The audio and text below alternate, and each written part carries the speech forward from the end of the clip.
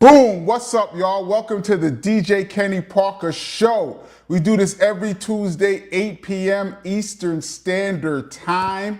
And I'm not going to waste any time. I got my good brother in the building. Please, everybody, give a welcome to my man, the DJ Kid Capri is here. Mr. Parker, Kenny Parker. This is a good one because I got a lot. I got at least 3 stories pertaining to you that I have that I want to talk to you about that's mad funny. So we're going to jump right in. And I actually normally, we've had quite a few guests come through. Shout out to all the people that's come through. And normally I don't have notes. Normally I know most stuff off the top of my head. But your story to me is, first of all, it's so vast. And it's like, where do you start with Kid Capri? And there's some things that I didn't know. So I figure since this is a BDP leaning, we talk hip hop, but it's a BDP leaning channel. I'm gonna start with BDP and how I met you. I'm gonna start in 1990. And let me just say this real quick. You know, for those that don't know, for those that's just checking in, my brother is KRS-One. I have to say that all the time because some people be like, wow, y'all really look alike. Do you know him? People say stuff like that on the channel. So my brother's KRS-One, and he's always been kind of a loner his whole life. And he knows thousands of people, industry people, but he only seems to gravitate to a small handful of people. And I always find it amazing. It's like a weird cast of it's like 5 people that he really rock with in like the whole industry, like he really rock with. One of them being you. And so I want to start with, how did you meet my brother KRS-One? Damn. This is the first time I'm making this. That's a good ass question, Kenny. Because it seemed like y'all had instant chemistry. I can't remember which place we met. Was it the Zodiac in the Bronx? The Zodiac. Wow. You just It might have been the Zodiac in the Bronx when he first came out. We met. We might have met then. That might have been the first time. But when I started rocking, was it Quando? Yeah. Now, I talked, for those of you that didn't get a chance to check out my Epic Fails Part 20, starring the Kid Capri. I tell how I met Kid Capri was at the video shoot for Boogie Down Productions Live Hardcore Worldwide. Some people are saying we have an echo here. I don't hear an echo. Yeah. I'm echoing. I don't hear that, but we're just gonna keep pushing on. The first time I met you was at the Boogie Down Productions Live Hardcore Worldwide, and I go into detail on that on my Epic Fails. And Chris just introduced you and is like, this is Kid Capri, and he's gonna be rocking with the crew tonight, live in the video. And I was like, okay, cool. And he introduced you to me as an MC. He did? So, yes, I had no idea you were a DJ. So when we're watching if you look at the BDP Live, I'm on the SP1200. Mad people are coming up. Let me put it in perspective. He probably did that because my first album, I robbed on my whole album. The tape, my first album, the tape, I robbed on. I got known as Kid Capri the DJ, but I was robbing on my whole album on the first album. Was the album out yet? No, that's what I'm trying to tell you. The album wasn't. This was like April of '90. I remember clearly. Okay. This is April of 1990 when we shot the first part of the live album. And we did the sound check, and Chris was like, this is Kid Capri. And like, he had already knew you. I didn't know you. And he was like, he's gonna be rocking. I'm like, okay, cool. Somebody says KP needs to put on headphones. Is it me that's making you echo? We're gonna work on that in a second. But so we're live, y'all. So we're gonna work it out. So I had no idea you were a DJ for months. And I think Will, shout out, rest in peace to Willie D of BDP, had mentioned to me that that's Kid Capri. He makes tapes, but I had never heard your tape, so to me, you were just an MC. Not just, but you were an MC. For months and months and months, you were an MC till I finally got to see you DJ at the building. And like I said, I'm not gonna give away the epic fails, but it was a whole funny story. But, so let's talk about the tapes, because I actually have things that I want to really talk about. Well, what do you want to know? Well, I've heard that you got started, you were selling your tapes at the Rucker basketball game. Well, what happened was I started DJing with the Chief Rocker Star Child in a club called the SNS Club, the legendary club. Me and him did that for about a year and a half. What year is this? This was 88, 89. Yeah, around that time. And it was like one of the places that I could hear the echo too. The echo sound crazy. Yo, you can hear me? All right, there you go. I just put on headphones. You can hear me? That's better? Yeah, I don't hear no echo no more. I can hear you clearly. So okay. Yeah, so this club, like it was a club that if you seen the Paid in Full movie, this was the Paid in Full movie was the time before this time was happening.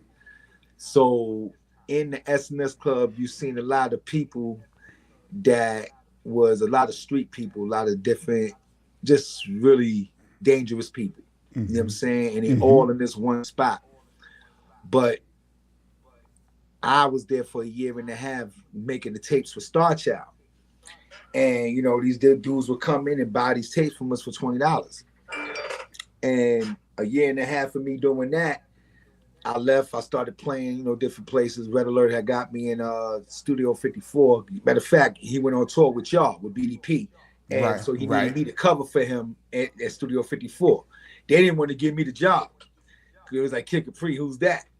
And you know, Studio 54 is prestigious. They got Larry Levan, they got Little Louie. You know, who am I?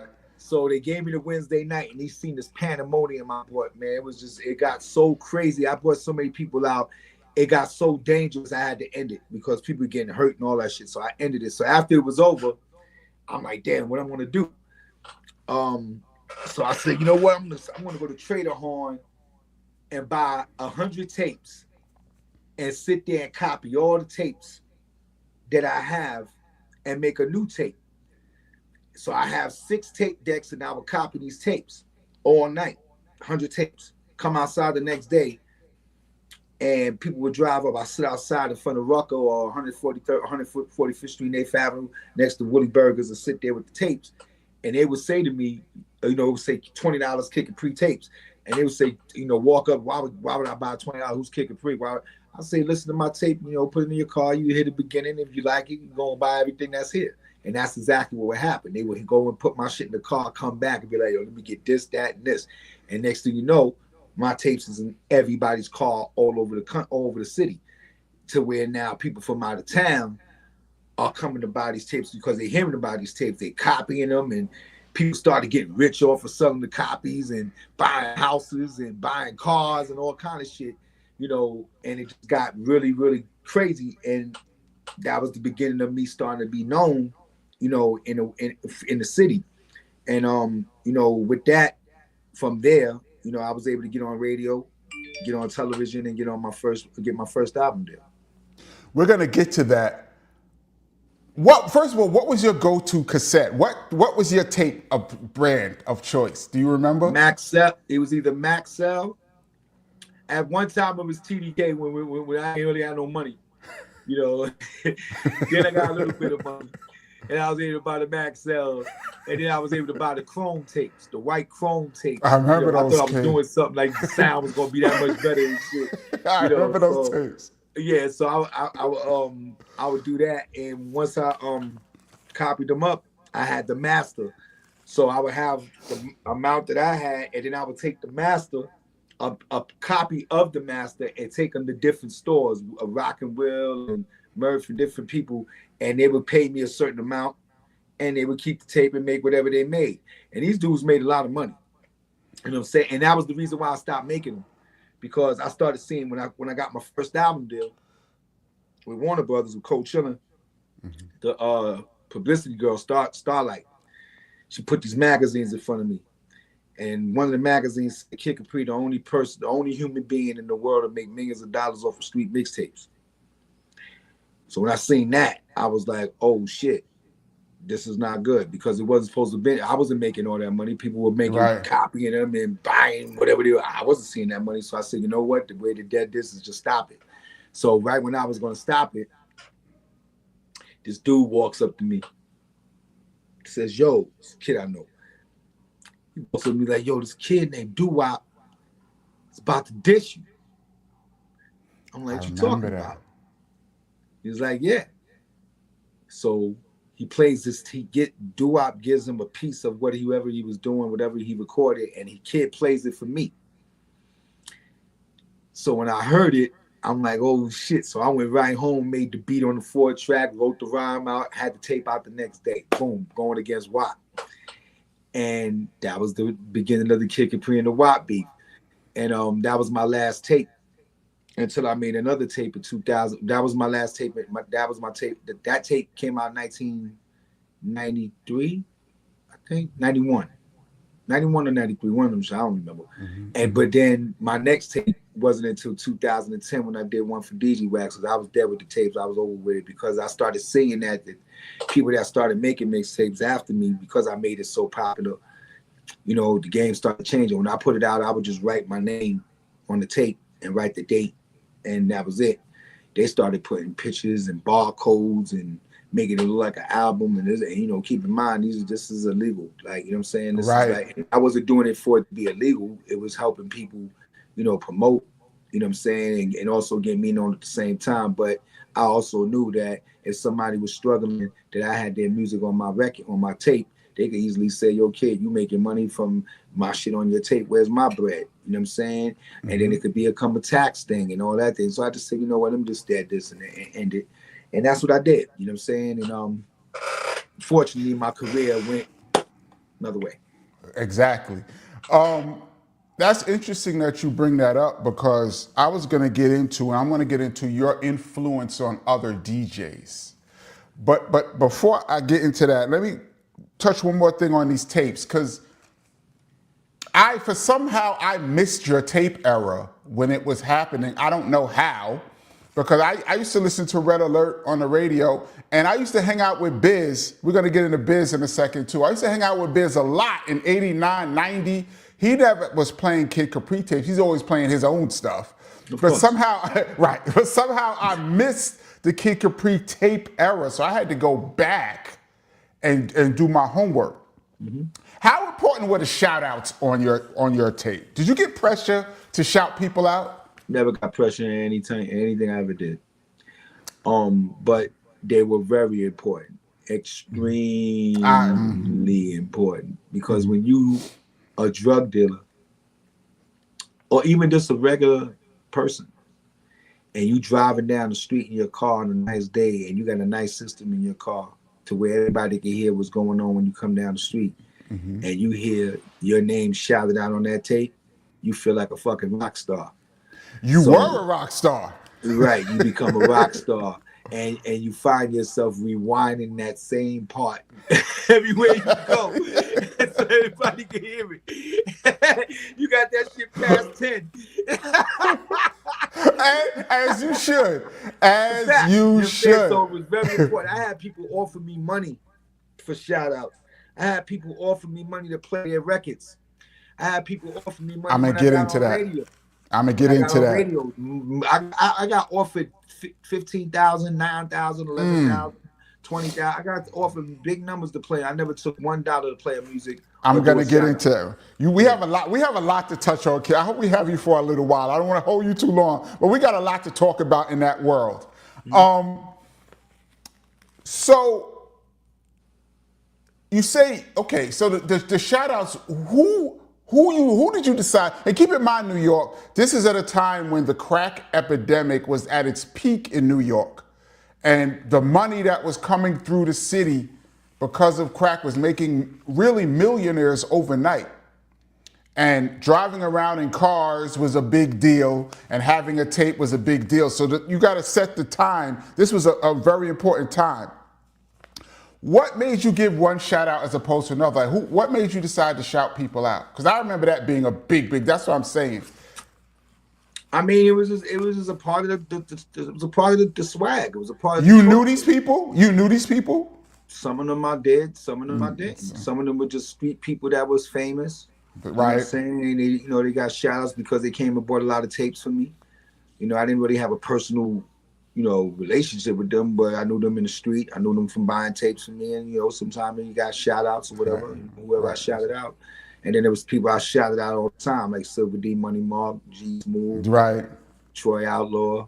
They were like at the beginning of my tapes all the time. So, and then keep in mind, some of my biggest tapes, like 52 Beats and Old School 1, right?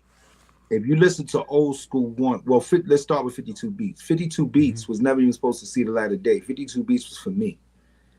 I made that as a breakbeat tape for me to just hear. And once I put my tapes out, I went back and said, let me just put this out. And it became my biggest tape of all time. Outside of all my old school series, those were the next biggest ones. If you listen to the Old School 1 tape, when you listen to the Old School 1 tape, it doesn't have an intro. It comes on in the middle of Rising to the Top, in the middle of the song. And the reason why, because I was in my house sweeping, and I was playing Rising to the Top on the turntable, and that shit started sounding good, and I'm sweeping, and I'm singing to myself, and I just pressed play and record. And just started recording and just started the mixtape out of nowhere. I had fucking boom in my head. You got inspired. Mixtape out of nowhere. And I just did the whole mixtape right there, my dirty everything, and became one of my biggest tapes. It became so big, I made Old School 2. And when I made Old School 2, that topped Old School 1. Then I came with Old School 3, which was the all hip hop joint. And then I came with the James Brown. I mean, I came with other tapes in between all these tapes, the 1022s and all them shits. And they all was popular too. But it was a you know what, Kenny, man, I wanted people to feel me more than hear me, man. You know what I'm saying? I wanted people to, and I'm like that today. You know what I'm saying? With anything I do, I want people to feel me more than hear me. We hear a whole lot of shit going on, but do you feel it? You know what I'm saying? And that's the difference. Can we talk for a second about you rapping and cutting at the same time? And I got a story. I heard one of you, I think it was a tape where you was rapping over the Bridge Is Over instrumental.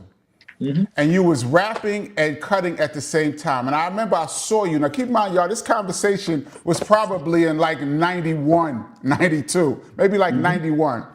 And I asked you, how are you cutting and rapping at the same time? Because I always found it amazing that people play the piano and sing at the same time, or they play a guitar and sing at the same time. For me, I can't multitask, so I have to do one thing at a time. But I would argue that DJing and rapping is harder than singing and playing a piano. Absolutely, it's more words. Yeah. And I asked you at the time, how did you do that? And you said, well, first, The Bridge Is Over has an intro with a cymbal that goes psh. And you said, so while you're rapping, you're rewinding the record and you're listening for the psh. As soon as you hear it, you throw it back in, and then rewind the lesson and you're waiting to hit it psh, and then you throw it back in. So you made it sound simple. But even my mind, I'm about to say, because even in listening to the you still have to throw it in on time. It has to be on time and you're rapping. And it can't skip. And it can't skip. Because if it skips, you don't know where it's at. You got to find it while you're trying to keep on time in the beat of what you're saying, because you could lose yourself and fall off the track for rhyming, trying to figure out where you at. And Exactly. It sounds crazy. People don't know what you're doing until they see it. All they know is what they hear. Right. You know what I'm saying? So that shit got to be tight. Where did that come from? Where did that style come? I never heard anyone else do it before you, but where did you get it, or how did you develop that? I always could rap. So I was a rapper, producer, and I always played drums. So I was a producer before I was a producer. You see what I'm saying? I played drums. Right. I ain't have no drum set. I used to take a pillow, a pot. I used to take a record, used to be my cymbal. You know what I'm saying? Until I got a drum set when my grandfather bought my first drum set when I was 4. So I always was in pocket. I'm watching my father buy all these soul records and James Brown in the house all day long. And you know what I'm saying? So I grew up with that shit embedded in me. It's like, you know what I'm saying? So when it came to me rhyming and DJ at the same time, that metronome was already embedded in me. You know what I'm saying? That on time, be sharp. If you come to one of my shows today, everything is so on time, symmetrically on time. When Absolutely. No matter how fast I play shit, everything is no mess ups. You know what I'm saying? Everything is and I'm just so my ears are trained that way. We be in here working and doing records and songs and shit, and I hear things that my engineer don't hear, and he say, "Yo, how the hell did you hear that?" My ears just so tuned to being in tune. I should say. Right.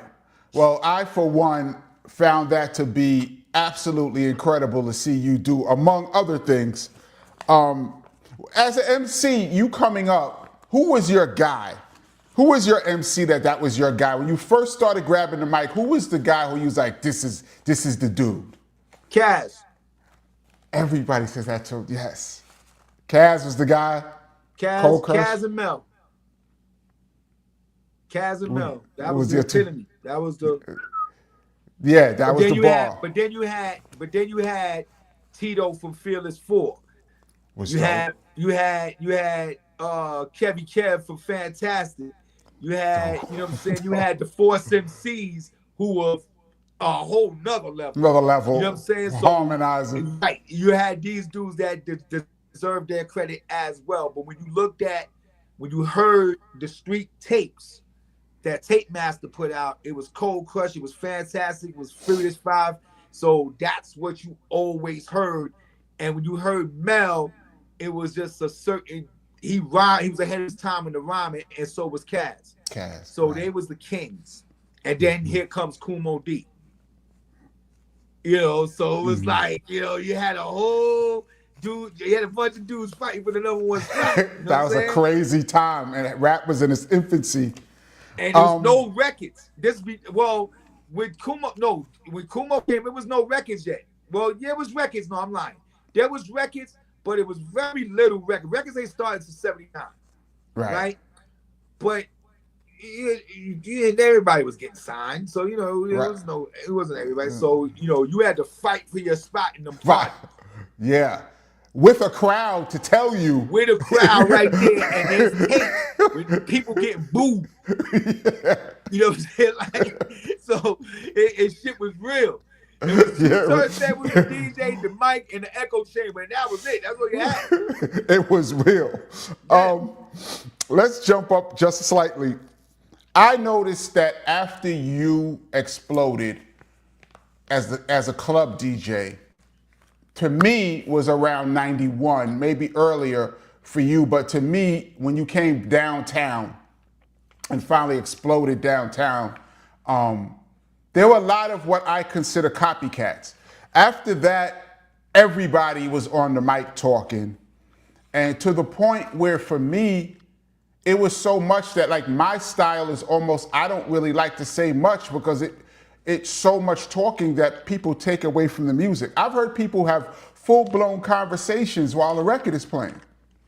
On the mic in front of a crowd, and you just talk, that's just like you home. What did you notice about your influence? Did you hear your influence on other DJs?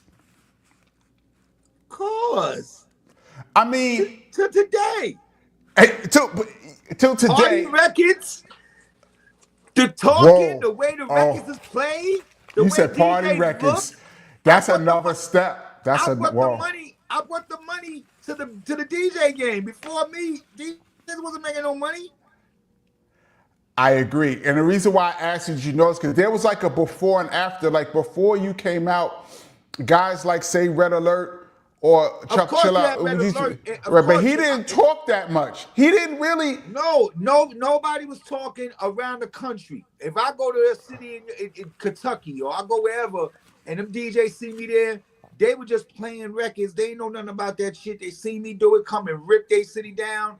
And they could constantly see this and they develop it. They seen that this and then their promoters said, this is what you gotta do to be, you gotta be like Kid.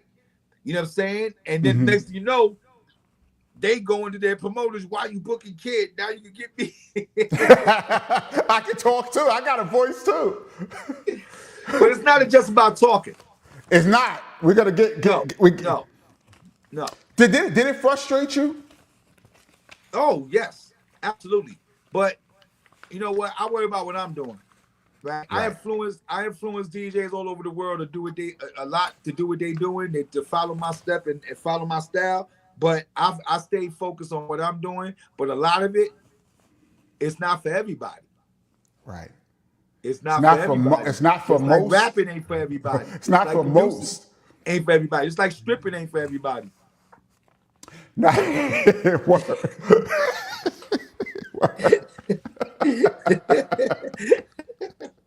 Facts. Now that you bring that up, let's stay on that topic. I got a quick story about you. BDP had a show in the Apollo. Two shows. And for those that don't know, the Apollo had two shows, an 8 p.m. show, and I believe it was like an 11 p.m. show. It was like two shows. And the second show was always the most rowdy show. It seems like the 8 o'clock show was cool, but the second show was the rowdiest show. Absolutely. And so we had a show, and I was one of the opening DJs to start off. When the curtain comes up, I was gonna play music, but also there were two guest DJs, one for the first night, one for the first show, and Kid Capri was gonna be on for the second show. So the first show, this is a very I'm not gonna say his name, but this is a very well-known DJ at the time, big DJ. He comes to me at sound check with a list of paper, and he goes, these are the songs that you can't play before I get on. And there was a list. It probably had to be like 15 songs, like the hottest records of the day. It had to be like 15, maybe 20. Don't play none of these records. So I said, okay, cool. You know, I know how to be an opening DJ. That's a skill, by the way. Yes. I know how to be an opening DJ. I know what to do. So now, start of the second show, I see you backstage before it comes up, and I come to you and I say, so do you have a list of songs that you don't want me to play? And you looked at me like I was crazy. You just looked at me like, what are you talking about, right? So I said, nah, the first guy who came on told me that, you know, there's a list of songs not to play. And so, you know, do you have a list? And you was like, nah, play whatever you want. And I said to you, but what if I play a song that you're gonna play? And you said, it doesn't matter. The way I'm gonna throw it in is different anyway. Like that. And I never forgot that. And you know, some people. But there's the opposite side to that, because now, as the DJ got bigger, and you know, things happened the way they happened, I started changing my attitude towards that. Okay. For years, I pay an opening DJ to come around the country to come open my shows, because I don't want one record played twice a night. Facts. I want people to get their money's worth. Facts. So if you have a party full of people playing the same music, you know, there's no impact in that for me. You know what I'm saying? My thing is about being a show. I don't call my parties, I call them shows, even when they're parties. You know what I'm saying? So I always give people a show feeling, and that's what I want to do. some people want to run, some DJs, they want to run to the best record of the night. They want Night to play early, that right? record early when it's not supposed to be played. They want to burn out the guy that's supposed to be the headliner. They don't make it about the party, they make it about their self. Self. And that's not the way, a business is supposed to be operated when you're dealing with people. So I make sure that it's about the people at all times. So even if I have to go in my pocket, spend my money that I could be keeping in my pocket, I pay for DJ to come out and open the show for me, and then I'll go do what I do. That's why brothers like Technician and DJ. He been on the road with me for years, opening my shows, Kid New, and all these different dudes that open up. My guy Jesse, so, and they get a chance to see, and as they out there, they learn how it is to do a show and how to take care of people in different places, and knowing what people want by seeing what I've done. You know what I'm saying? They automatically have to develop it. So, that's good. But and they also knew how to be openers, how to make parties rock with the C&D records. That's when you were Right. good DJ. That's a real skill. Right, real skill. Now when you got to run to the thing that's the savior. When Right. it's supposed to be played at 1:30 in the morning when people are drunk and they're 20 when they hear it, not at 10:30 at night. And some people don't understand that. They think that you try to tell them what to do. So to avoid that, to avoid telling anybody what to do, I just bring my own DJ out. This is real DJ science that Kid Capri is giving us right now. I agree with you 100% about playing the same records twice and being an opening DJ. It's about the party. It's not about you. You're very important. You see, opening DJ. When you hear opening DJ, you kind of take it as not a good thing. You're the one that set the tone. You're very important. See, you got to think like that. You're very important. And if you could get these people to do what they're supposed to do with what you have, that shows how good you are. So imagine how good you are when you become a headliner. You see what I'm saying? You got to start from somewhere. And that's what people, they want to be at the top, and it didn't work. And that's the thing. When Serato came out, everybody feel like, dog, you ain't do a quarter of what I did for my career and what I've done to be who I am. You got a shortcut. You know what I'm saying? Right. But don't take that shortcut and make it seem like, it's the end all be all. There's way more to this. You know what I'm saying? It's about being professional. It's about speaking to people and treating people with fairly, and not taking your success and wishing it in the poor people's face. Knowing how to do interviews, knowing how to talk to people, knowing how to present yourself, knowing how to be on time. Understanding when people spending their money on you, they expect a certain service, and that's what you provide, and you have a certain responsibility. And a lot of people take advantage of that. They take it for granted. They think I'm here now, whatever, and don't want to be on time. Have a bunch of people on stage with them, and promoters, they want, these people are spending their money. You know what I'm saying? So when you got somebody like me that, if something like rain happens, when you do everything, and this is I've said this in other interviews where it's a known fact. There's been promoters that did everything that's they supposed to do according to my rider. Okay, everything, even more. And then something like rain happens, and the crowd doesn't come the way they want. Right. I say, yo, set up another show. I'm gonna come back and do it for free. That's gigantic of you. You see what I'm saying? And that right there makes him say, you know what? When I'm down, Kid ain't gonna kick me further. I'm good. You know what I'm saying? So now, in return, I'm gonna have him come back 4 or 5 times a year. And I ain't got to deal with all the bullshit, the hoorah, a bunch of people. It's him, Jim, and his opener. Everything is regulated right. They come and do everything. Everything is on time.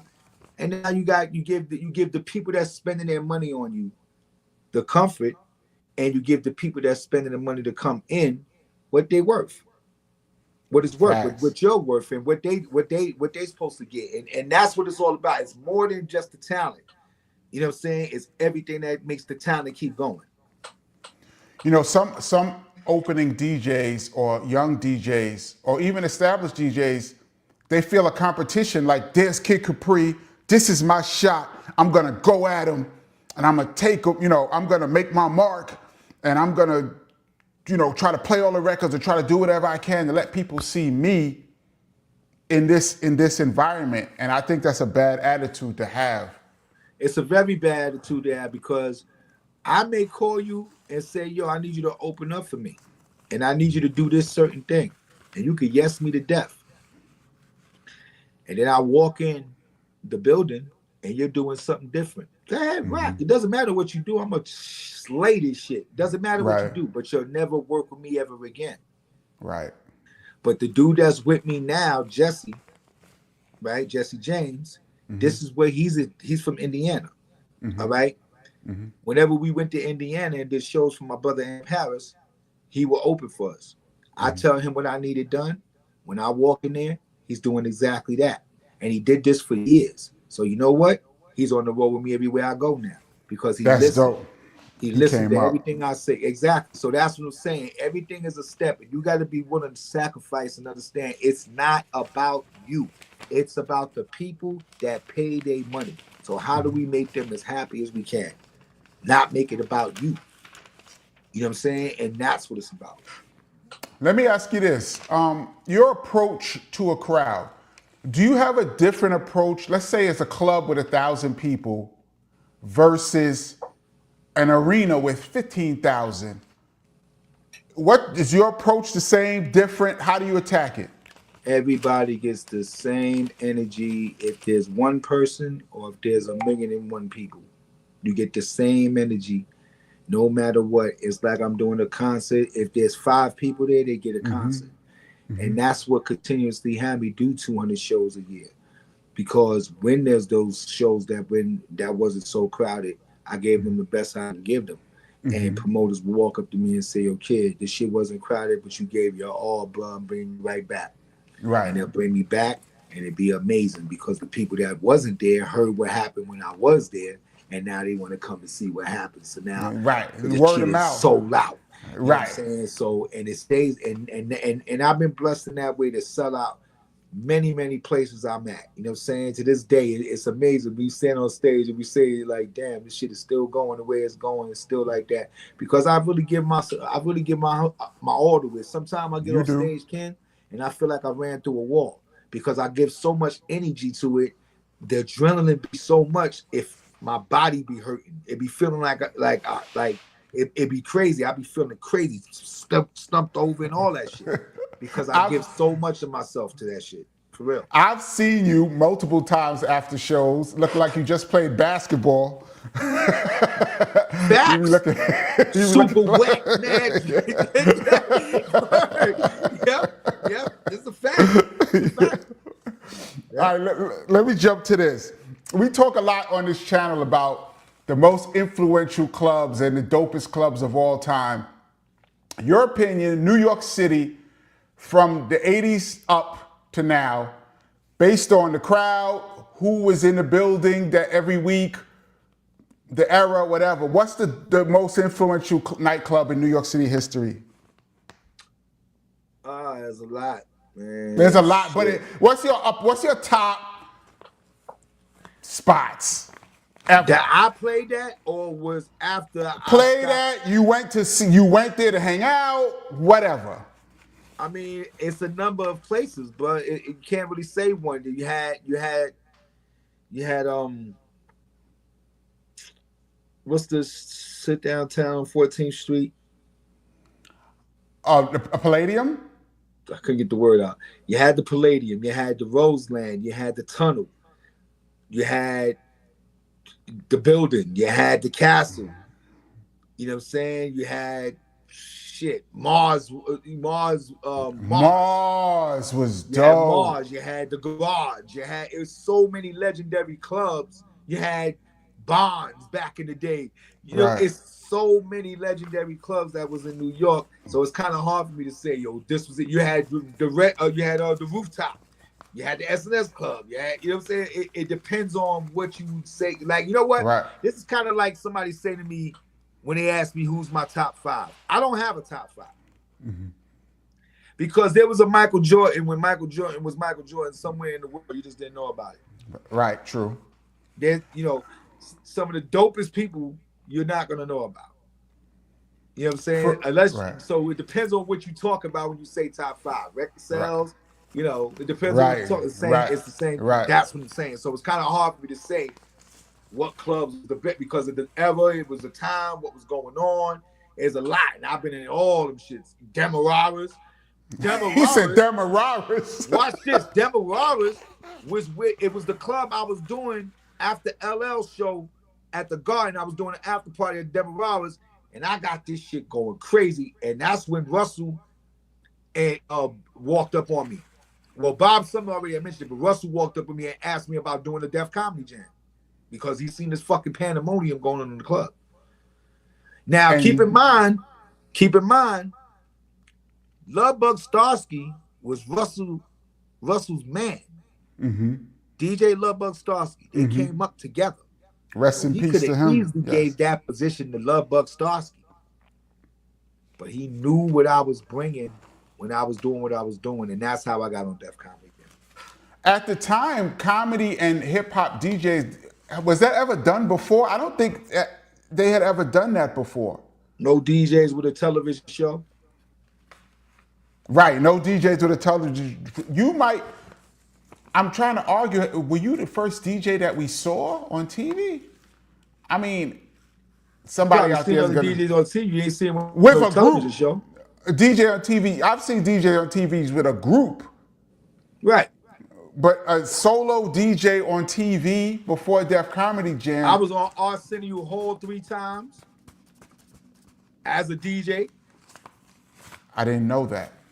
Right. That's dope. And I was on Arsenio Hall when he came back. Shout out to Arsenio. We talked about him on this channel. So I did a lot, like things that's what I'm saying. And that's what my focus was, being treated like an artist, not being treated as somebody playing records. That's not what I want to look at. I want to feel like, oh, that's why I'm so good on stage, because I want you to feel, if the dude got the biggest record, I'm trying to beat him. Right. You know what I'm saying? I've seen you do that. Right. I'm trying to shut his shit down. I've seen that. We've talked about that in the past. Real quick, and I'm gonna get out of that era. To me, the most famous or the illest blend ever, I'm saying, in my opinion, the Stephanie Mills Impeach the President classic. The biggest mixed blend of all time. In my opinion. I mean, okay, well, hold up. I'm gonna shout out Hot Day, because what was the one with New Edition? Yeah, New Edition joint was dope. That was big. That was a record. Mm. That was an actual record. But that was Red used to put. That was big. Mm-hmm. But the Stephanie Mills, and used to do it live in front of people. Where did that come from? That blend, because people weren't blended in. You're talking the '80s. Where did that come from? Just me, just being creative. I came up with something that I was playing stuff. I had the acapella, which is hard to get. It'd be dope if you play a beat on there, and that's what I did. And that mix is what changed the whole R&B soul game.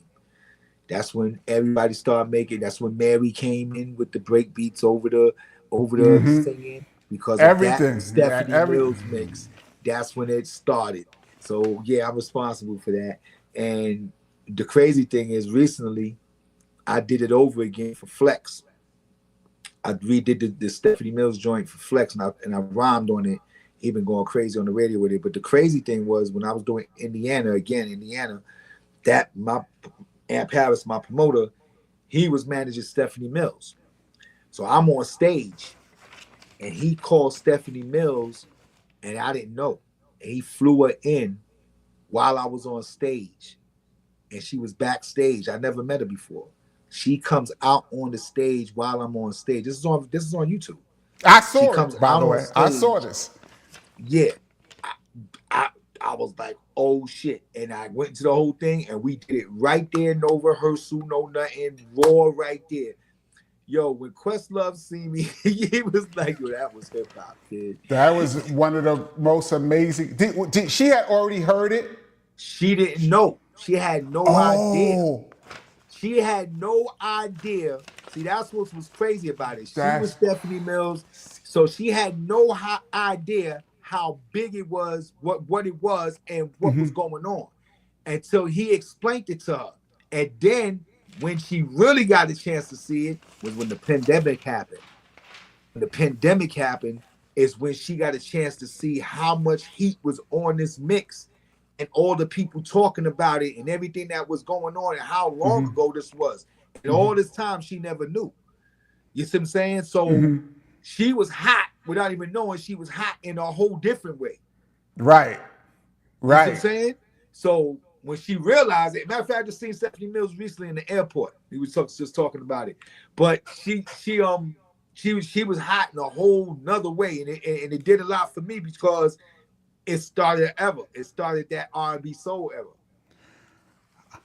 We can say right now, let's say right now that record might have influenced, well, Puff was the guy who really brought it to Uptown, right? Kind of, can we say that was a major influence on him? I don't know. I've never spoken to him.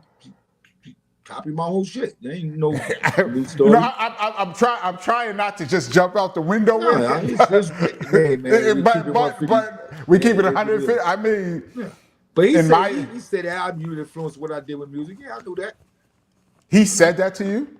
Twice. He said it on Hot 97 in front of Flex.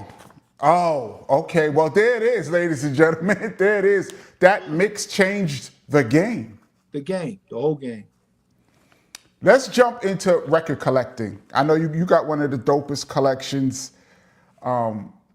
First of all, where do you find the time? Kenny, I am a machine, brother. When you're sleeping, I'm working. And this is every day. I do not take my foot off of nobody's neck. And when they hear this new music I'm about to drop, I'm going to shock the world. We're going to get into the Love album in a second. Oh, shit. But yes, the reason I ask is because even me as a DJ, and there was a time when record companies were sending a lot of records, where they used to mail records to your house. You used to get records from record companies.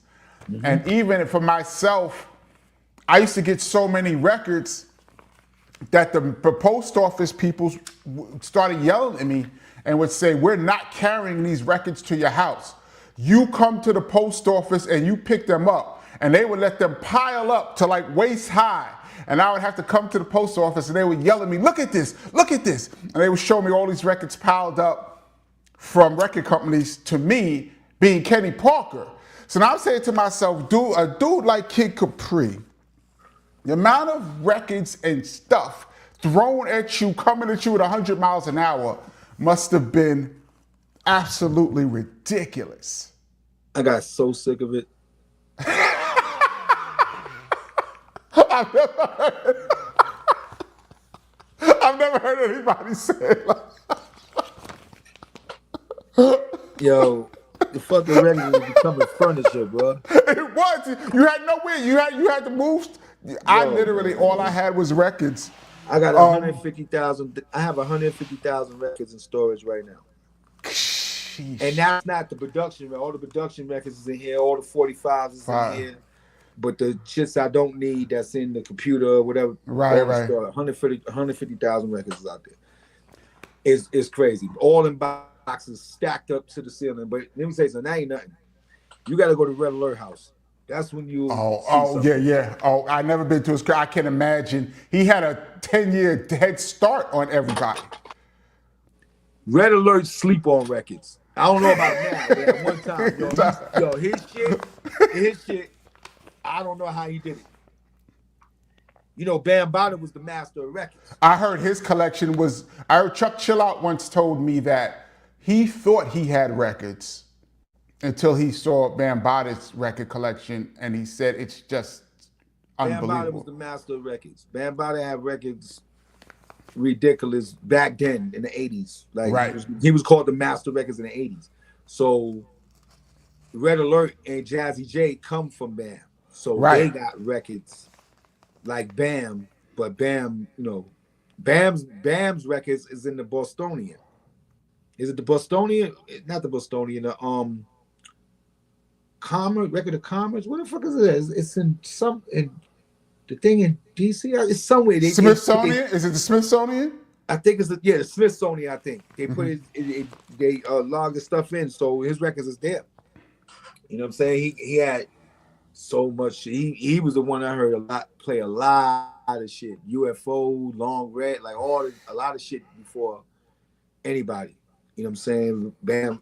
And recently I was in Canada. Well, not recently, a few years ago, I was in Canada and I seen Bam playing in Canada.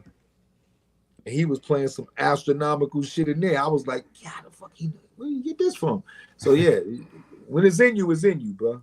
What's the most you ever spent on a record? One record. 150. For what? Do you remember? Uh-oh. You got it right.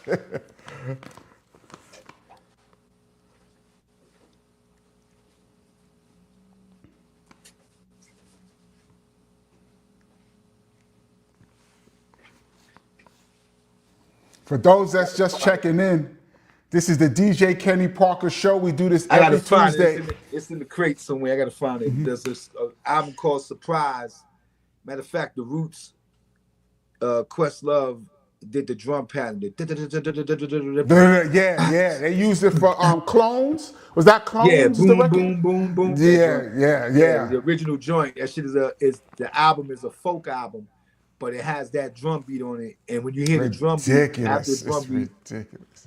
It's crazy. And I only got one. I only got one album. Couldn't find. It's so hard to find.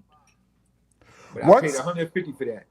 What's a dope record you caught for nothing, like $1 that you can't believe it, that you found it?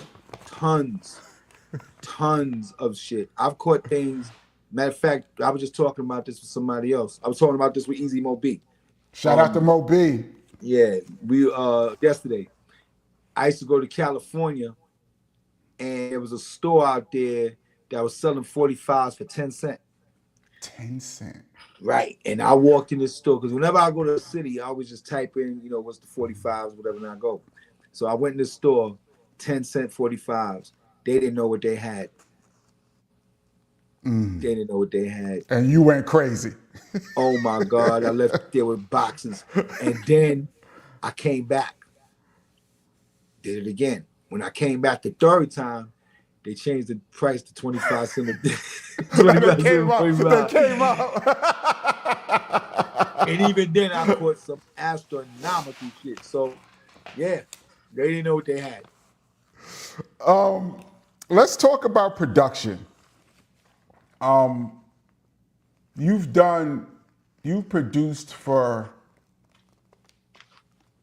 numerous gigantic artists. I mean, the list is, I think I had wrote down, I don't really see it right here. I had really wrote it down because I really wanted to be, I have it written down somewhere in here.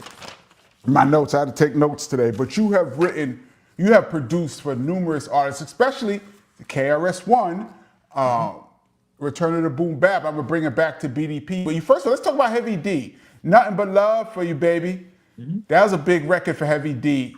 What was your relationship with Hev? How did that all come about? Oh, Hev was cool, man. First time I met Hev was when we did, I was helping Gucci Man do a show at, this kid Gucci Man had a record, not the Gucci Man we know now, the Gucci Man had the Gucci Man, right? Gucci Man. Right, Gucci, yeah, right. I remember that record, yeah. I was helping him do a show at the Omni Hotel downtown, and Heavy D was on the show, and somebody else was on the show, and that's when I met Hev. Hev had his first record out, and I met him then. And then, keep in mind, people were coming through Studio 54 when I was there, you know what I'm saying? So I would see different times, and then me and him just got real cool. And when we did Nothing But Love, I gave him a whole different beat. And I'm in the studio, and I'm listening to the beat, and I'm like, this don't match it.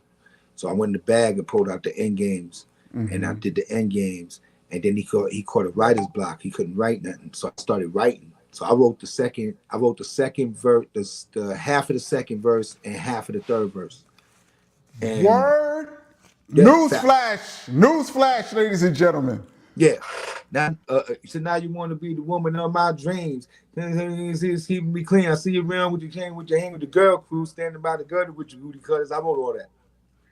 So the but and I didn't know that the record was going to be so big. And at the time when that record came out, the CCNY tragedy happened. Yes. And he was a partner. I remember that. Right. And he had a show at the Garden. And I remember being on the side of the stage. I was on stage while he was on the mic. And he had stopped the music. And he had said he was addressing the crowd about the tragedy and about how sorry he is and everything that went on. And he said, yo, Kid Capri just gave me this new record. And when the record came on, that shit went crazy. I was standing there like, yo. I was looking around the garden like, oh shit. And then the check started coming. The check started coming. Because that was a radio record. That was a radio record. Oh, and they were coming at the same time. Because I did the Sprite commercial. Mm-hmm. I did 2 Sprite commercials. One with your brother with the MC Shan joint. And then I did another one. So them checks was coming at the same time. Nothing But Love was coming. And then the Nothing But Love check stopped. Boom. I'm like, what the fuck? Go to find out, God bless his soul, my brother Have didn't clear the sample. Uh-oh. So I had to pay back all that money I made. Oh, you was part of the lawsuit? Well, you were the producer. I was the producer. So I had to pay back a lot of money back. But now it's cleared up. We're cleared up now. Everything's cleared up now. It's all good now. But at the time, End Games wanted 80%. And after they found out that he didn't clear it, you know. Yeah. And he have in his defense, he apologized to me. You know what I'm saying? You know, we had to talk about it in California. I seen him. Matter of fact, I had seen him. He had lost weight. I didn't even know it was him. I was standing across the street. He was across the street. He's going at this, looking at me like this. And I'm like, who the fuck is him?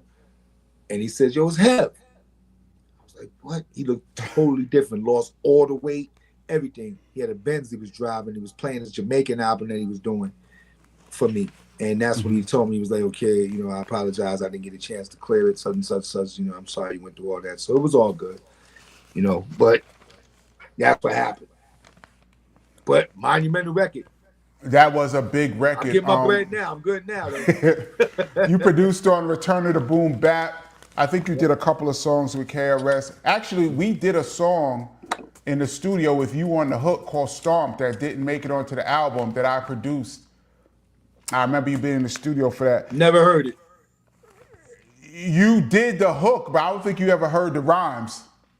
You was going stomp, stomp, something like that. It was called Stomp, and you had the hook. It was called Stomp, and you had the hook, and I did. Oh, I remember that shit. Wow. Yeah, I remember that. Damn. Oh, man. Yeah, it's called Stomp. It would be in D&D. We did it in D&D. Stop. Stop. Because KRS told me to say that. Stop. Because he was, I know why, because he was sticking in my bin and stretch keeps going everybody through to the the bin. Stop. Stop.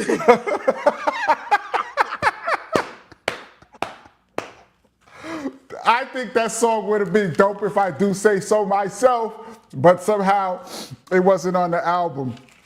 Speaking of hooks, you've done you've done numerous big giant hooks on songs, including that one for Showbiz, Big L. Are you a member of DITC? Just are you an honorary member? I'm a honorary member without being a member. Because you're definitely an honorary member of BDP for sure. You've been. Chris I'm an has honorary you. member of BDP. I did so much for BDP. I was saying you. You know, I mentioned KRS is your brother is the godfather of my daughter Vina Love. Did you know that? I didn't know. No, I didn't know he was the godfather. Absolutely. That he I was didn't there know. in the hospital when I was on stage in Tampa, Florida. She was being born. He was there with the camera about to videotape it, but they wouldn't let him tape it because she had a cesarean. I remember that era. Yeah, wow. Right. Wow. G Simone sent me the video of my daughter being born. Shout out to G Simone, KRS One's wife. And y'all all used to hang out back in those And days. I remember G that. Simone. I produced G Simone in the 90s. That's the music right. For the 90s. Music for the 90s. That's And I right. produced one of her new records that she have right now. Oh, shoot. See, we have BDP and Kid Capri has so much history, y'all. But the point I was trying to make earlier is that to know Chris, it's very rare that someone gets in his inner circle like that.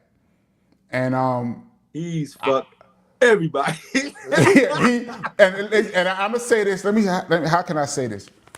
I've been around him with people who think that they know him, but they really don't know him like that. But I see that they think they do, which is cool. But something about you, and I said there's a handful of people, but something, I always are like, what is it about Kid Capri that you gravitate towards so much? I know he respects your craft, but it's more than that. And I'm gonna speak for myself, and I spoke on my epic fails, how much love I have for you over the years. And you know, I like giving people their flowers while they're still here, not when they're gone. You know, I love you, man, and we go way back, and I'm glad that when Chris introduced me to you, he didn't introduce me to you as a big DJ, because I was just starting DJing at the time. And I remember I used to do a party at SOB's called the Kenny Parker Show. I talked about this in the Epic Fails, and you used to be there. And I remember you walking up to me and handing me your copy of the Apollo, the song The Apollo. You handed it to me. And I remember saying to you, I'm gonna put it in together, and I said to you, I'll listen to it and see if I like it, which was blasphemy, actually. But I said, I'll listen to it, and I went home and listened to it, and I liked it. And I came back and I played it every week after that. And I'm glad that I played it not because you were the DJ Kid Capri, but because I actually liked the song. That's what I wanted. And I'm happy about that. And I'm also happy that you was in the building when I was DJing. I thought I did a good job, but had I known who you were, maybe it might have affected me. Maybe I was trying to be something more than what I was, trying to Kid Capri's here. Let me do some extra shit. Oh, party video, doing some extra stupid shit instead of being who, you know, staying true to who you are. Yeah. You know what I mean? But I stay true to who I am. I'm secure in as myself as a DJ, that I could give it up to other people who I think are the great. And I always say, I think you're the greatest that I've ever seen in a club, in a party, ever. And I tell you this all the time to your face, but I'm saying it here on the Kenny Parker Show for everybody to see. I think you're the best. Everybody does, but I'm saying I think you're the best I've ever seen. You're also a good person. And there's never a time that I've seen you. I've seen you in Madison Square Garden right after you rocked 20,000. I've seen you on the street, and it's been nothing but love between us, man. I really appreciate that, because I can't say that about everybody. I can't say that about even some of our DJ brothers. I can't even say that. I think that's what resonates with Chris too. To go back to what you're saying about Chris, and you know, the certain small amount that he messed with. I think that's what it is, man. When you know, we're in an industry, man, where, you know, everybody be for self. You know, yes. Everybody got their hand out. Everybody trying to be slick. Everybody trying to wheel and deal on you. And, you know, sometimes you just don't know who to trust. Sometimes people show you who they are, and money make people who they are, and situations make them who they are. So when you really when you're a real genuine person, you know, and you show that with effortless, it resonates in a different way, especially somebody like Chris. Like, come on, you Bronx, you know what I'm saying? I'm right. Bronx, so he gonna know. And that's what it really is. When you know that you, number one, person ain't gonna yes you to death. You're gonna tell you the truth even if it hurts your feelings. You know what I'm saying? That's number one. Number two, you could be safe with your biggest secrets around that person. You ain't gotta worry about it. He ain't gonna throw something in your face or make you feel. You know what I'm saying? And I think that's what it's been with me and Chris for as long as we known each other. Decades. And that's how I am with anybody. You know what I'm saying? I'm like that. I'm genuine with what I do. This shit never made me. I made it. You know what I'm saying? It never made me to the point. And I watch people do it, man. I watch people they embody it. You know, I said this in one of my rhymes. I hate a little rapper that walks around like a little rapper all day. Like, let that shit go. Like, I'm David Love when I wake up. I'm not Kid Capri when I wake up. You know what I'm saying? Like, and that's what resonates with real people that got everybody against them, and they got to look out at everybody. You know what I'm saying? So I agree. it brings comfort when you know that you got people that are real friends, not associate, not people that call you man, real friends, real friends. Like Yeah, that's the exactly. difference. You know what I'm That's saying? especially in this game. We're at an hour already. There's so many few things I want to get to. I'm gonna move quick because I don't know how long we got you, but I got few things I want to talk to you about. For those that's just checking in, this is the DJ Kenny Parker Show. We do this every Tuesday, 8 p.m. Eastern Standard Time. My guest is my brother, the DJ Kid Capri. Let's jump real quick into, we talked about radio. We haven't talked about radio. How you got on WBLS in New York City and you became the #1 show in the whole city. I think that was around 91. Yeah, 99. Yeah, 91. 91. How did you get on the radio real quick? My sister used to work for BLS. She used to work for Von Harper. And I used to go and try to get a job. They used to always close the door on my face. I remember one time I went with my mixtapes. I had the whole case of mixtapes.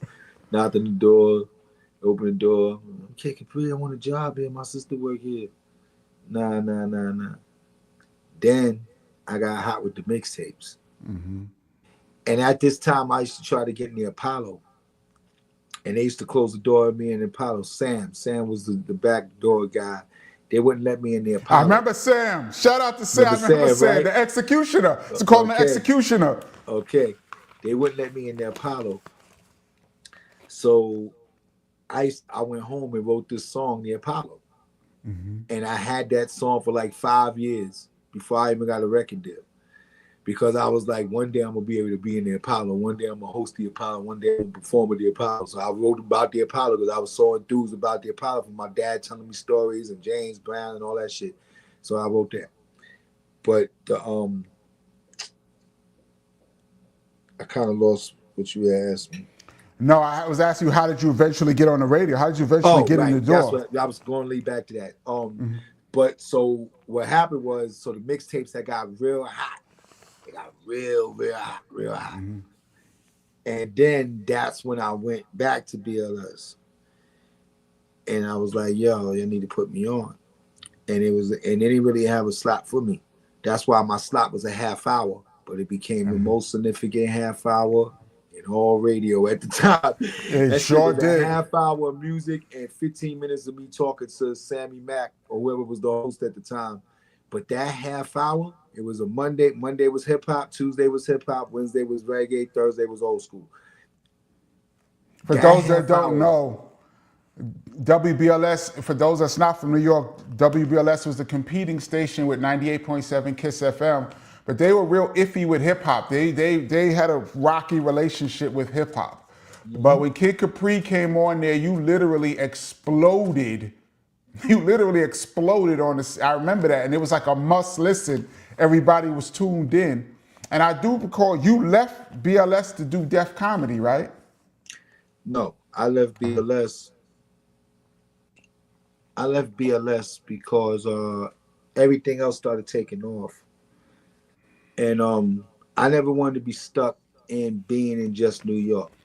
I wanted to, you know what I'm saying? That's why I was never on Hot 97 offered me position and, different stations and whatnot. But I seen myself being bigger. I wanted to do something no DJ ever did. I wanted to be able to become an artist and be treated as one and be traveling like one and be on the stages that the big guys is on. I didn't want to be looked at as somebody you put in the corner, somebody that just played records, girls dissing us, I didn't want to be looked at. I wanted to be a force to be reckoned with, and that was my goal. So I wasn't trying to be stuck. And fortunately, when I left the radio, I got my album deal. I got my first tour, and then I got on television. When I got on television, that gave me a whole nother. When I hit Def Comedy Jam, I didn't even know when we did the first tapings, I wasn't even aware of what was gonna happen. I'm thinking it's first of all, when Russell and them told me about, I'm like, yo, a DJ with a comedy show, what sense do that make? I'm like, it's Russell and fucking HBO. Shut up and go do it. And I did. Right. So while we're doing it, I'm not realizing what's really. I know the shit's funny. We having fun. But I'm not realizing the impact we about to make. Mm-hmm. And when that shit came out, I remember we went on tour. The very first date that we did was San Diego. Was it San? Yeah, it was San Diego. And I got it on cassette. Right? Mm-hmm. And I'm behind stage, the curtain is closed. And I'm hearing this people so loud, maybe 11, 12,000 people so loud. And I'm hearing the people just bouncing and jumping, stomping, and it was crazy. And when the fucking curtain opened and they seen me, it was like like Michael Jackson was on stage. The screams were crazy, Kenny. And what happened was, when I went to go, I'm standing there looking. I was kind of stuck because of this magnitude of the screams. Mm-hmm. So I'm stuck like, yo, what the fuck? Mm-hmm. I go to raise my hand to the mic, and when I go do that, they screaming even more. It goes even crazier. I say something, it's going crazy. So that's how I only had a 15-minute set. I had to play the records quick. Mm-hmm. But the way I was playing them, I'm seeing this crowd going to a frenzy. Every shit I'm playing, they fucking losing it. They're losing it, and it's going crazy. So I say, you know what?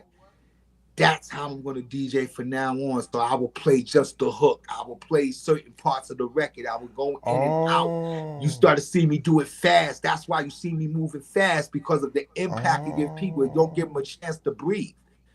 Mm-hmm. DJ started seeing me do that, and then they started doing it along with the talking and whatever else. But it all came from me doing the live show at Def Comedy Jam. Before that, DJs would play the whole record out or play 2 verses.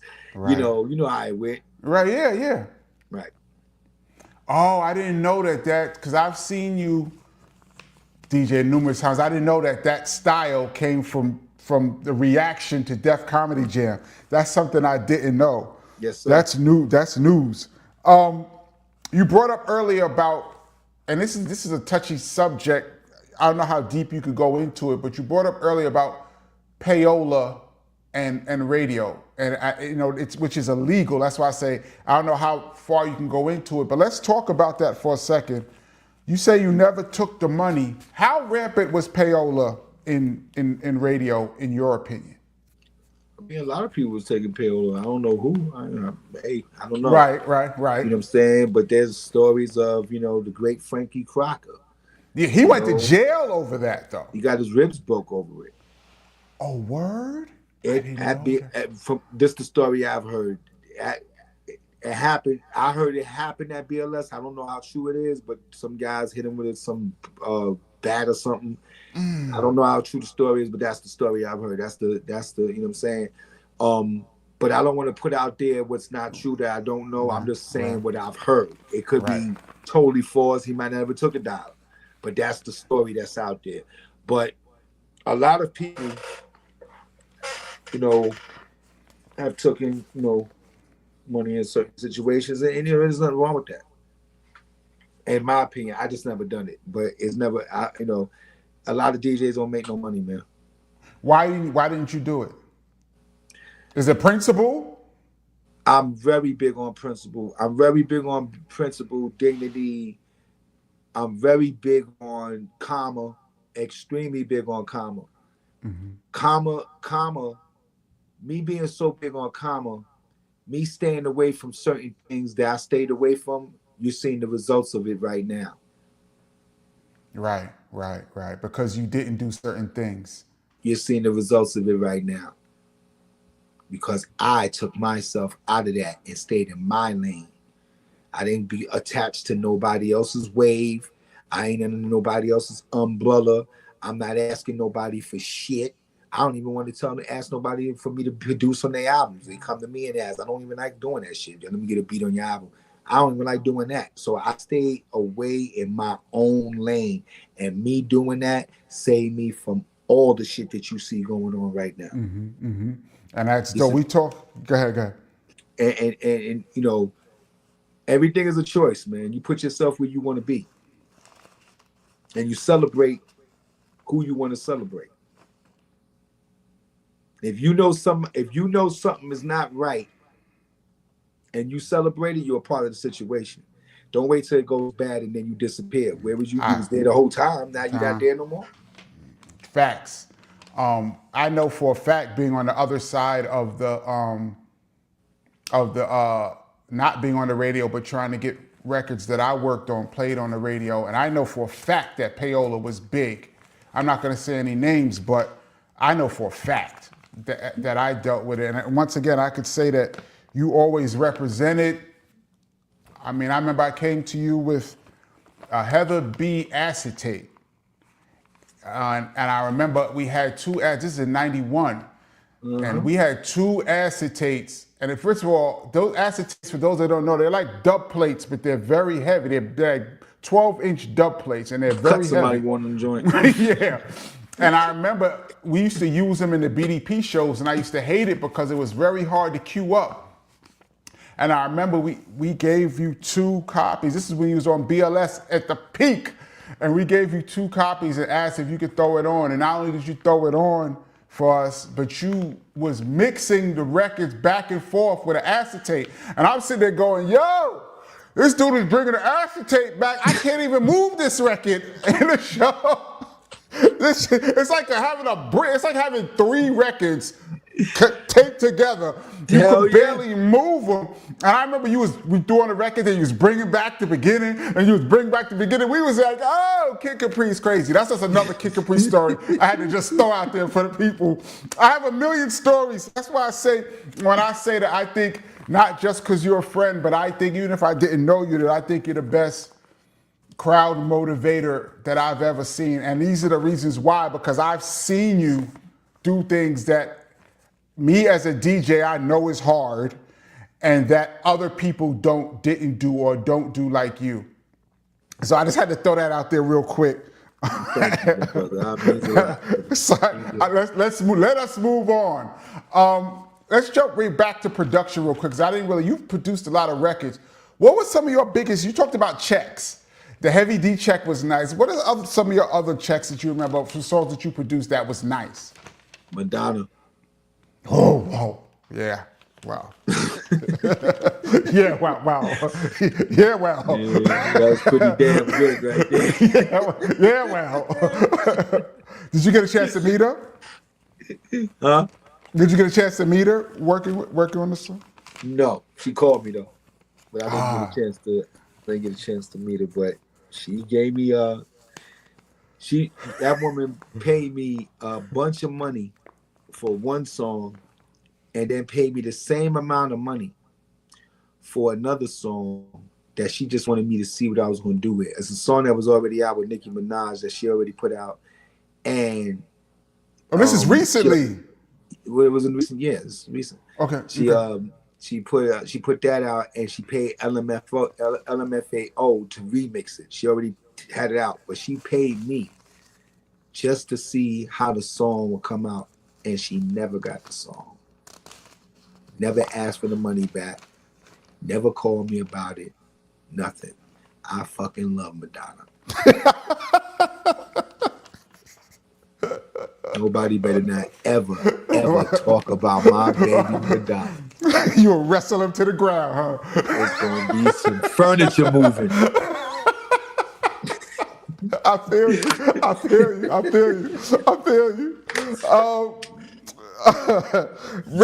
Records that you broke first. I know you broke a lot of records first. Can you think of any record off the top of your head that you know for a fact that there was a big record that you broke first? You remind me, Mary J. Blige, OPP, Naughty by Nature. Shit, so many. I know. I just Tribe Called Quest, Lower in Theory album. I was playing every record on the album. I remember that in the building you was playing Check the Rhyme. I had never heard it.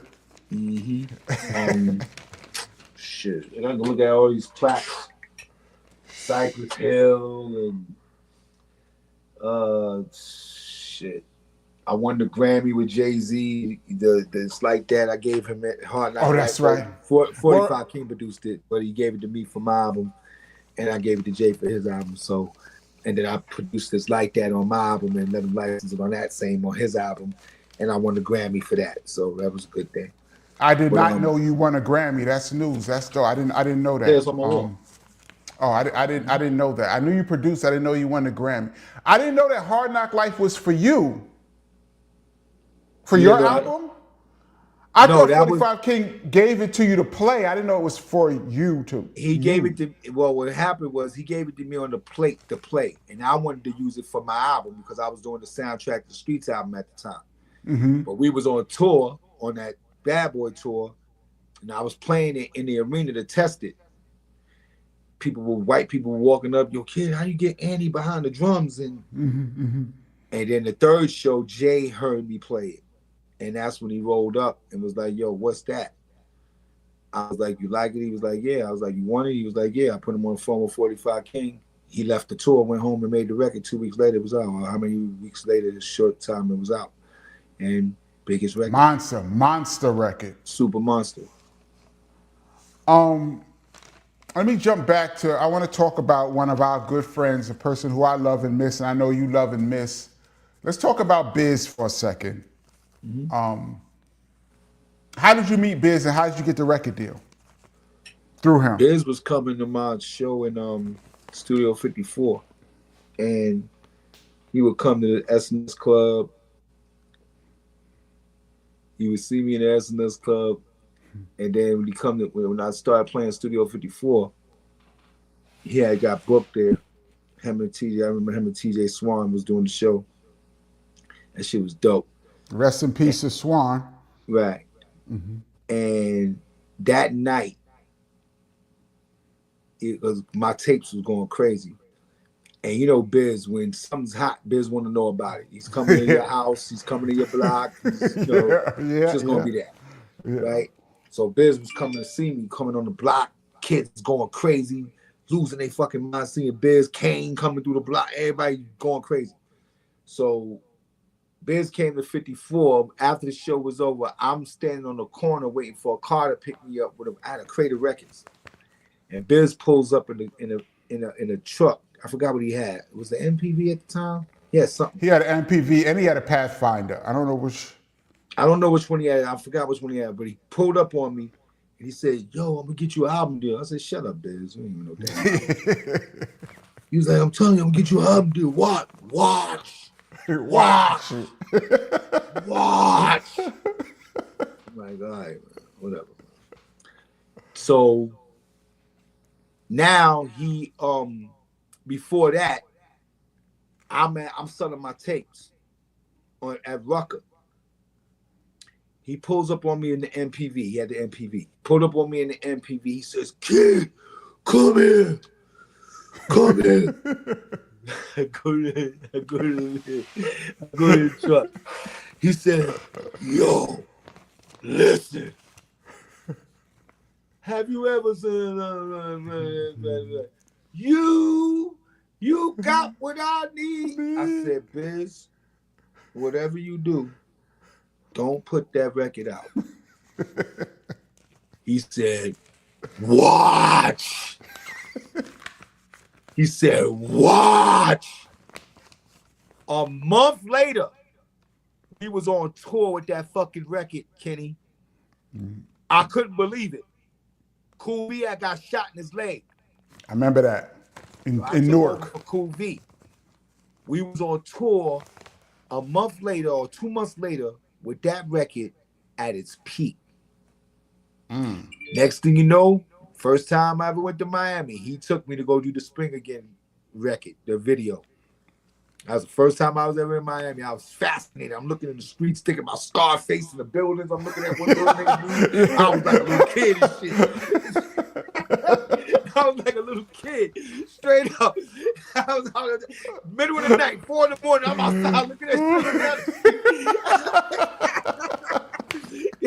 and then ironically, I went and bought me a condo down there for 9 years. I had it on 12th and Collins, you know. But I was so fascinated with Miami.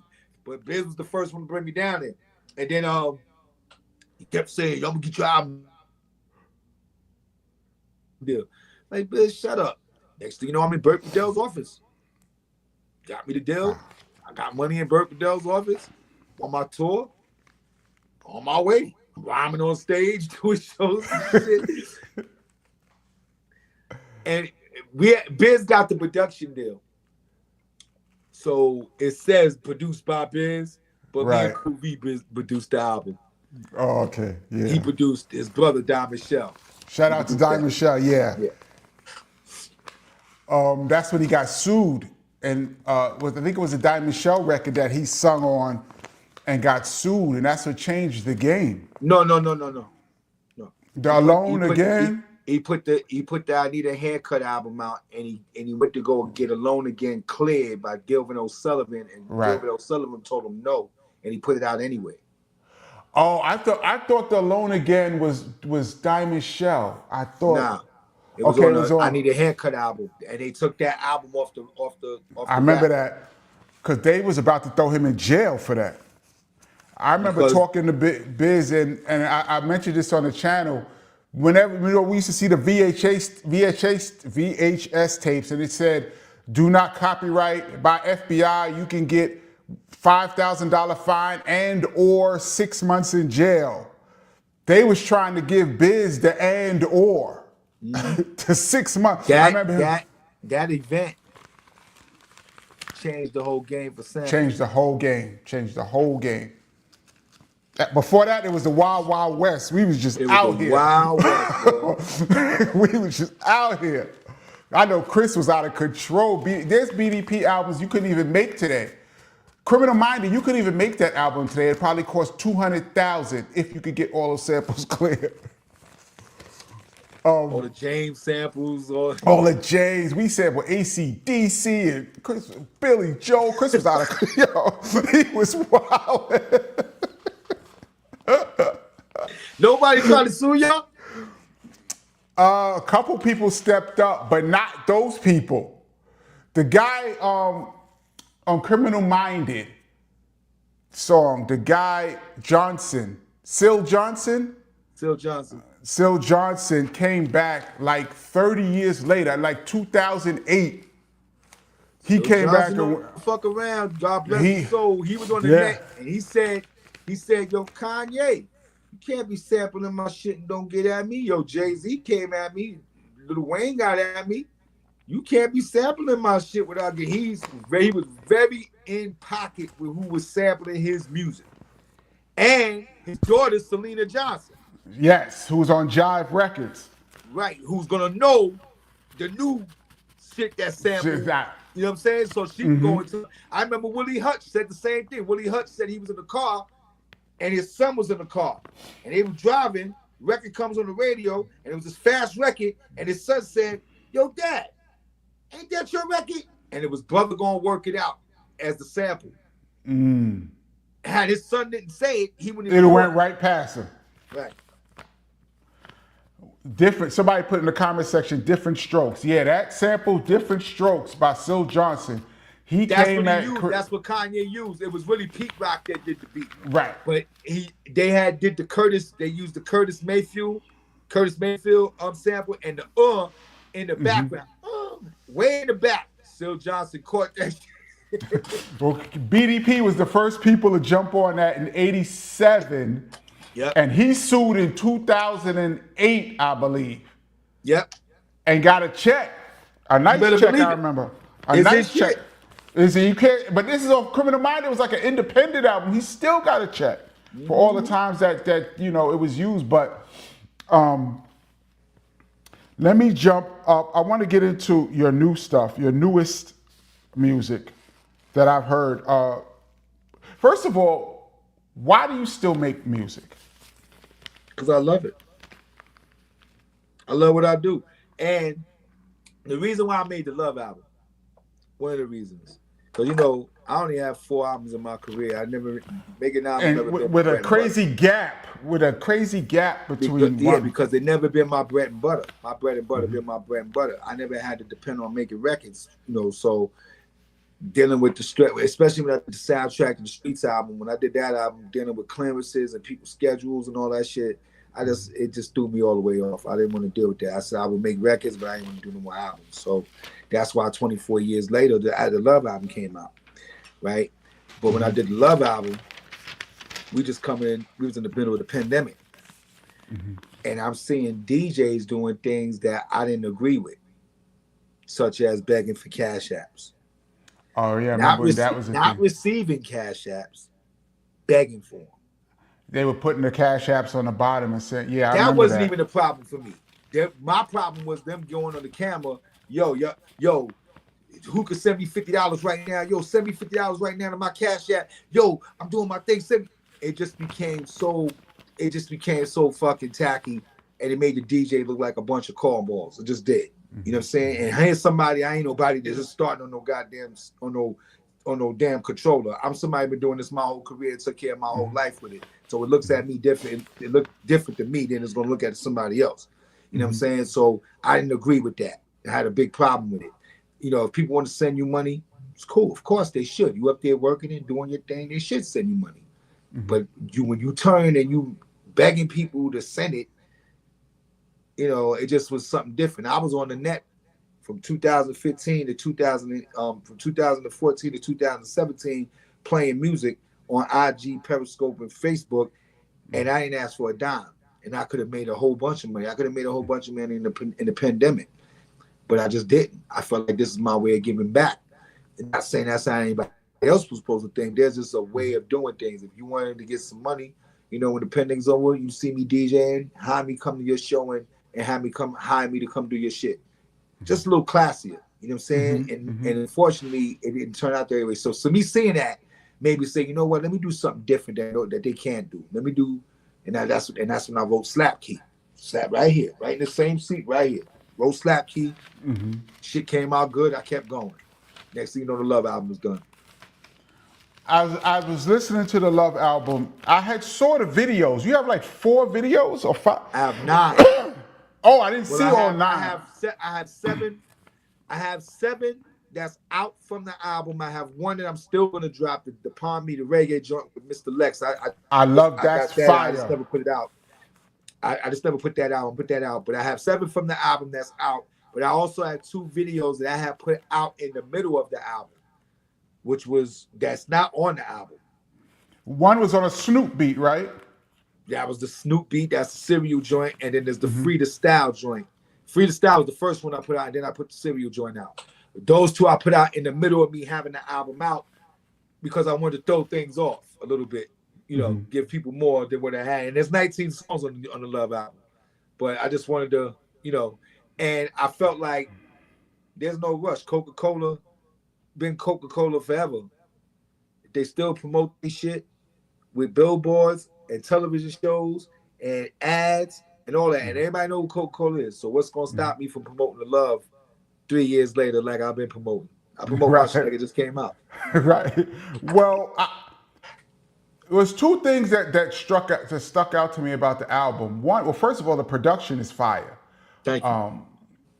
But you have a lot of different genres. Like you have straight hardcore hip hop, you have contemporary hip hop, you have some R&B, you have a reggae joint which I love, and you even have some I don't want to say down south tempos. I don't know what to call it. I do. Yeah. I don't know what the proper term down is. South tempos, you're right. Down south tempo. Yeah. All of it, which is dope. And normally when a DJ puts out an album, a DJ album is usually the DJ with other people. Well, that was Usually, the Soundtrack to the Streets was the first one. My album, Right. Soundtrack was the first. It was the first album like that. Before all these DJ albums, Soundtrack to the Streets is the first of its kind. Right. This one is you. It's really MC Kid Capri. It's like really you as an MC. Mm-hmm. Kid Capri, he turned it out. Yep.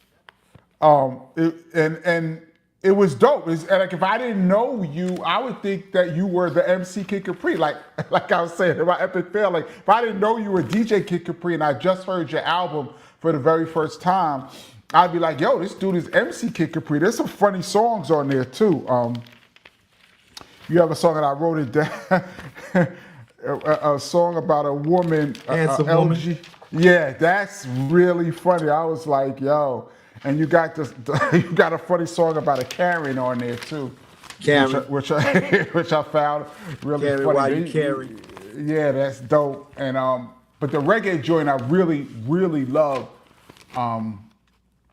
There's a few that I really like, but yeah, it came out. You said it came out in 2022, Came on my birthday, February 7th, 2022.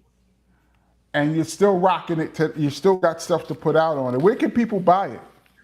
They can get it all over the DSPs. They can get it on Apple Music. They can get it on iTunes. It's all over, everywhere. You know what I like too about it, and I've had this conversation on this channel. You have hooks on every song, and I think a lot of records have great tracks, great lyrics, but then it doesn't have a hook. And to me, sometimes that almost feels incomplete. Like, okay, this song is good, but had you had a hook, it might have went to like another level. But you have nice hooks on all of your songs. And you say you're writing these? This is your pen? I write everything. I produce all the beats. I did everything. I produced that. I ain't get no mainstream artists on the Love album. Sell it, none of that. I got my daughter, reggae artist, and R&B artist. That's it. Shout out to your daughter. She sounds good on it too. Shout out to Mina. Mina Love. So you penned all of it. Everything. Everything I wrote on that album. That's pretty impressive. Look, everything I wrote on the album is right here. These are all the raps. Look. Matter of fact, let's go to one of the songs on the album. I Made a Promise. The Promise, the last song. There you go. I made a promise to you that I'd never be fake. Always admitted when to make a mistake. I made a promise to God that I would work hard, follow his word, take care of my family, keep my head on my job. But that's all right there. Right. That's, like I said earlier, where do you find the time, bro? To produce and write and record and do And travel shows. Come and on, man. family Come and on, man. everything. You're just like, well, I just work hard. Come on, man. It's the Come truth. on. Come on, truth. man. I That's really a- work hard. Where people work not- 2 hours, I work 16. I see. When people work 2 hours, I work 16. I never get tired. I out-tire. I outwork the engineer. I'm the last one to go to sleep. That's just the way it is. It's just that way. I just work all the time. Listen, I bring a studio with me in every hotel I'm at to make beats. I make beats on an airplane. I make beats in the car with the machine on one lap and the computer on the other lap. Put me on the toilet, and I'm on the toilet for a half hour. I'm making beats. That's where you find the time. You're good at multitasking. I should know that because the way you can rap and scratch at the same time shows that you're good at multitasking. I should really. Easy Mo B said to me yesterday. He was looking at me on the FaceTime. And he was just laughing. I'm like, "What you laughing at?" He's like, "Yo, you still love this shit." I was like, "Yeah, I still love it." He was like, "Yo, it doesn't matter, fame, money, whatever. You still love this shit." It's like, hell yeah, I still love this shit. It's in me. It's embedded in us. And it shows. What do you think about ghostwriting? Nothing wrong with it. Do you think it takes away from the MC? Like if your favorite No. MC you found out Did somebody else write Michael Jackson take away from Michael Jackson being Michael Jackson? well, that's R&B has different rules though. Listen, man. The name of the game is to get to the end result. I agree with that. Right, that's the name of the game, to get to the end result. We're not in this shit for our health. We in here because we want to make a mark and do something. So if you need help from somebody that can help you get somewhere, then why not? That's the same thing as saying Quincy Jones not Quincy Jones because he got all the people that he put together to help him do what he do. Mm-hmm. That don't make no sense. So you're gonna pick and choose what you're going to be mad at, even if it's hip hop. So what? Michael Jackson wrote his own songs, but he had other people that wrote too. So if I'm in the studio with you and you this big rapper and you caught a writer's block like Heavy D did, and I pinned some shit, that takes away from Heavy D being a great rapper? Kind of childish. Well, some people argue that can you be called a GOAT if you didn't pen your No, you can't lyrics? be. You can't be called a GOAT if you ain't penned. But if you put enough music, like let's take Drake. That's a great All example. the music he put out, you're gonna be mad because one person helped him with one song or two songs here and there. With all the shit he put out, We've had this conversation on this channel multiple times, and that's really where I was at. Because my argument is, if you're going to be mad at Drake, then there's a lot of people that we should be mad at over the years. Don't even in the golden era, that's what I said. You can't pick and choose. you can't pick and choose. If you're going to be mad at Drake, But you then you can't got to call be yourself the GOAT either if you ain't doing GOAT shit. right. You see what I'm saying? Yes. Facts, People call me the GOAT.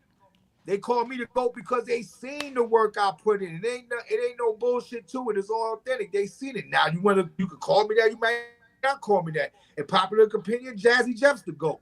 The next one could be the one. I don't care about that shit, but I'm going about what people say. But they're only going to say that when they see you put the work in, not because you said it, not because you the one that said it. They got to see, and the receipts got to be there that says, yo, this man did this.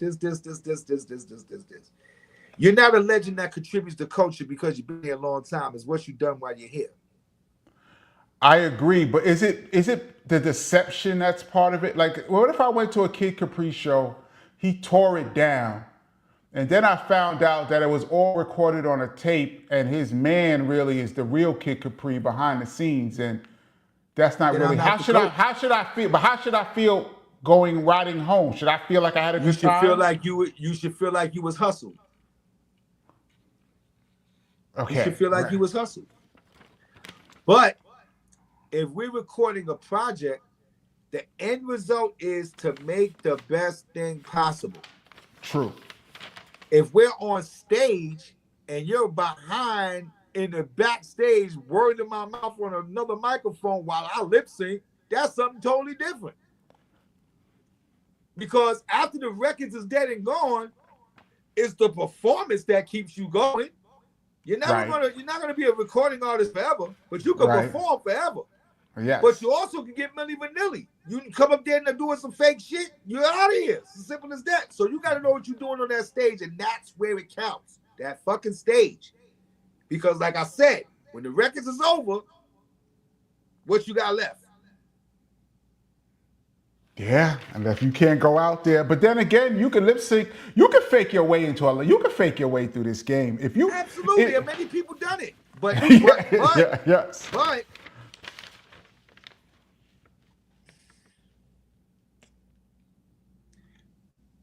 people, all right, yes, you can fake your way through the game. Many people have done it. Fake it till you make it, and then once they made it, they even faked it even more. Right. Absolutely, but the ones that know, like me and you, and the ones that really know, you can see right through that shit. Now, yeah, you can fake somebody that don't know, that just started hanging out 2 years ago, that don't know no better. They don't know what they're looking at, what they're looking for.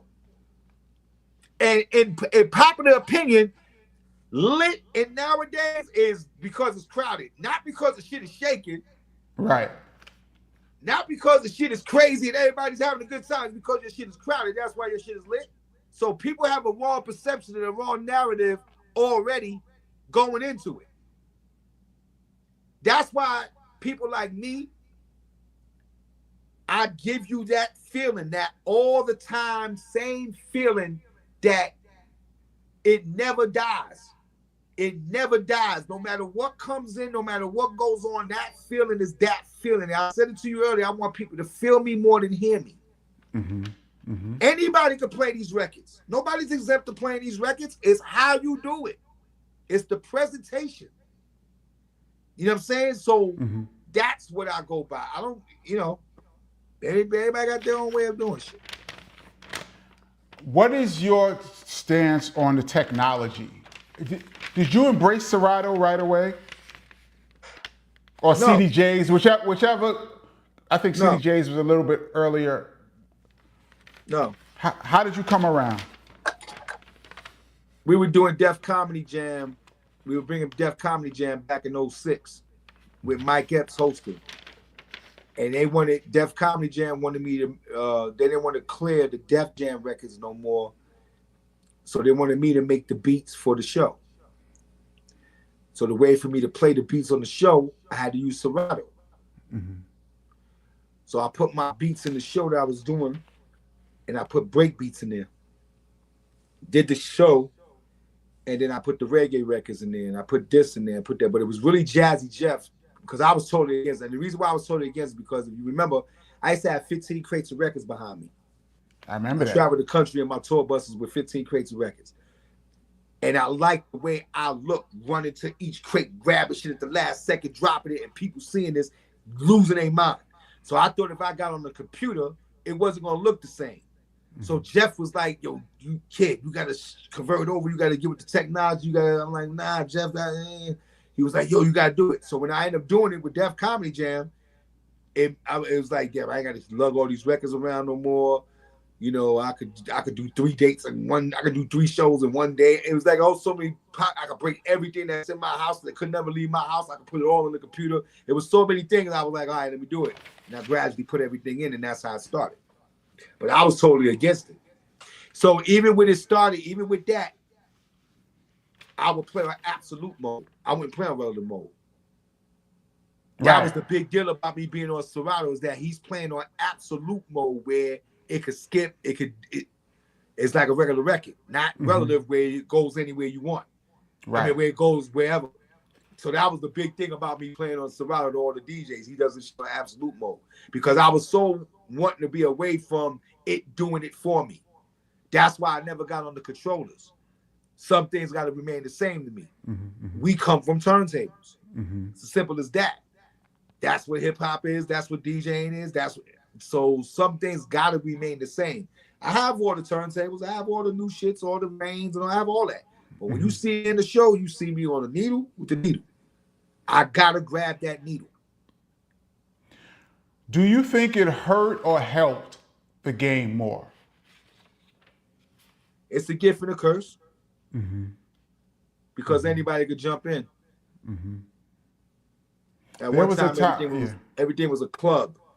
It was a certain club of people that got selected to do certain things, signed by record labels. You know, you got signed because they felt like they could invest in you and make a return. And it was something special about getting signed. And then there was a club of certain people that was special that do certain things. Now it's a free fall. Anybody can do anything they want. And anybody can jump in. So it takes away from the authenticity, and it makes it accessible because people have access to see what they want when they want. So their attention span is short. So by the time you put something out and they get to it, 10 other things or 20 other things that came out to make them forget the shit that you got coming out, so they never get to you. Mm-hmm. At one time, they had to get to you because it was a limited time they could get to it. Mm-hmm. You know what I'm saying? So it's a different narrative now. And then when you have 60,000 records coming out a week, anybody with a computer could put a record out and be out. So, and then when you have a lot of music sounding alike, eventually things fall down. That's why they're saying the clubs in Atlanta is going down. All the music in Atlanta, the club scene and everything is going down in Atlanta, because how much can you hear the same thing over and over and over and over with no colors? You gotta hear some different shit. It can't be, if you hear a bunch of trap music the whole night, it sounds like one long song after a while. Absolutely. Right. So you have to have colors to make people feel like they going on a journey. There was a time when you had to have a record collection too. Like, even if you was the dopest DJ on the planet Earth, if you didn't have a collection, you still couldn't come to the party because you didn't have any records. Right.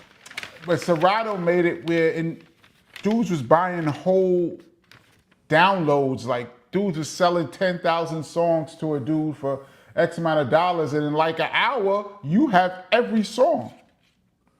And it definitely saturated the game, I think. Yeah, no doubt. It did. Let me jump into this real quick. I've held you here for a long time. Thank you so much. For those that's just checking in, this is the DJ Kenny Parker Show. We do this every Tuesday, 8 p.m. Eastern Standard Time. Please hit the like button if you get a chance. It helps the algorithm. My guest is my dude, DJ Kid Capri. We've been talking for the longest. I got a couple more things. Since you're here, I'm just throwing things at you that I always wanted to know. And we got a couple people. I'm going to take a couple of questions on here, then we're going to be out. But real quick, we've lost quite a few DJs, a lot of them in recent times, but we've lost quite a few. I just want to real quick your relationship with some people that's passed real quick. Start with Jam Master Jay. That was my man. Love Jay. Every time we seen each other, it was just so much respect. You know, I have tremendous respect for him because to me, he was like the first rock star DJ. You know what I'm saying? To get a chance to be in that position, that was really good for him. You know, just to be in that position, that was legendary. You know, to back up the biggest group at the time and run. It was just so big, and for him to know who I was, it was a big thing for me. You know what I'm saying? Like, you know, I wasn't. See, that's one thing about me is that no matter how big I've gotten, no matter what I've gotten, no matter what these dudes are my heroes still. Yes. You know what I'm saying? The dudes that come before me, the dudes that they get what I've gotten, they're my heroes. I don't never look. That's why I can never understand how the younger generation may look at the older generation any kind of way, because we always looked at as those as our heroes. Those are the people that we want to be like, and thank that they did what they did so that we're able to do it. You know what I'm saying? So, and at the same time, as an older statesman, you have to be able to understand that things are going to change and other people are going to come in. You can't be salty at people who's doing something that you may not agree with or something that you may not, that resonates with you. If anything, you can teach people how to, you know what I'm saying, what you know, and try to coincide with what they're doing and have a balance. But you can't down what people like and what people want to do. You know what I'm saying? Like me and you would have never made the Laffy Taffy beat. Right. We just wouldn't have. You know I would not have, no. We just wouldn't have done it. But it was a #1 record. It's a big world with a lot of people in it. You have to be more open-minded. You can't just be closed-minded and say, I like what I like, that's it. What about these people over here? If you're a real person of service, you're for the people. Right? And that's what it is. You have to be able to say, and that's why I was able to go early on to now to Alaska to, you know, all these different places. They play for people like I lived there. Knowing what they like, knowing what's how to. There's shit in Houston that's hot in Houston you'll never hear nowhere else. Right. I was gonna bring up that point. Is it because you've been outside? Like a lot of DJs, 99.9% of all the dudes that's ever DJ'd has never been really past their city. Never been outside of their city. Right. And you have an advantage. You've been outside for 3 decades. Does that give you an advantage? Like you can feel the way you feel because you've seen what you've seen. Yeah. You know. And I also created a mood out there. Yes, yeah. See that too. I created a mood out there. I showed them something they'd never seen a DJ ever do in life, in their city. So they adapted to what I've done. There's things that they didn't know. None. My mixtapes, there was records on my mixtapes that nobody knew about, and later on they became records for people because they sampled, because they seen them on my mixtape and got big. As a matter of fact, perfect. Now that we talking about this, on my old school 2 tape, I put take 6 on that tape. Spread Love, right? Now, Spread Love is a gospel record. In the middle of this uptown sound-driven tape, I put take 6 out of nowhere right in the middle of it. Had nothing to do with the tape. Take 6, the group, calls me in 2020. Kid, we made that record. This is a whole group. We on the FaceTime, on the Zoom. Kid, we made that record for the gospel crowd. You put that tape on your mixtape, that put us on tour ever since. We want you to remix the new Spread Love. So I did the new Spread Love 2020. I don't know if you ever heard it. It's crazy. No, It's on I have YouTube. not. It's on That's YouTube. dope. It's crazy. That's dope. Right. But because I put their record on my tape, it drove them to gold. Because like I said, this record wasn't supposed to be on this tape. So you got the hood listening to this gospel record. A whole new audience they got opened up to them. Whole new audience for them. Then 45 King samples it. He makes his little break beat record with it. And That was banging. Right. I was going to mention him and DJs that passed. What was your relationship with the 45 King? Talk to him on the phone every day. Every day. My studio looks the way it looks because of 45 King. I walked in 45 King's house on 43rd Street. I remember when he lived there, yeah. First of all, when you walk in his house, you see a turnstile. Subway turnstile, real turnstile. You gotta walk through the turnstile to get to the living room. Okay. Then when you get in the living room, you see the phone booth. That Superman changes shit in. The phone with the phone working. All right. He is the king of gadgets. Then I walked in his bedroom and I seen the big board, everything neat, clean, intact, lined up, nothing out of place. I said, yo. I was fascinated with seeing the big mixing board in somebody's bedroom, first of all.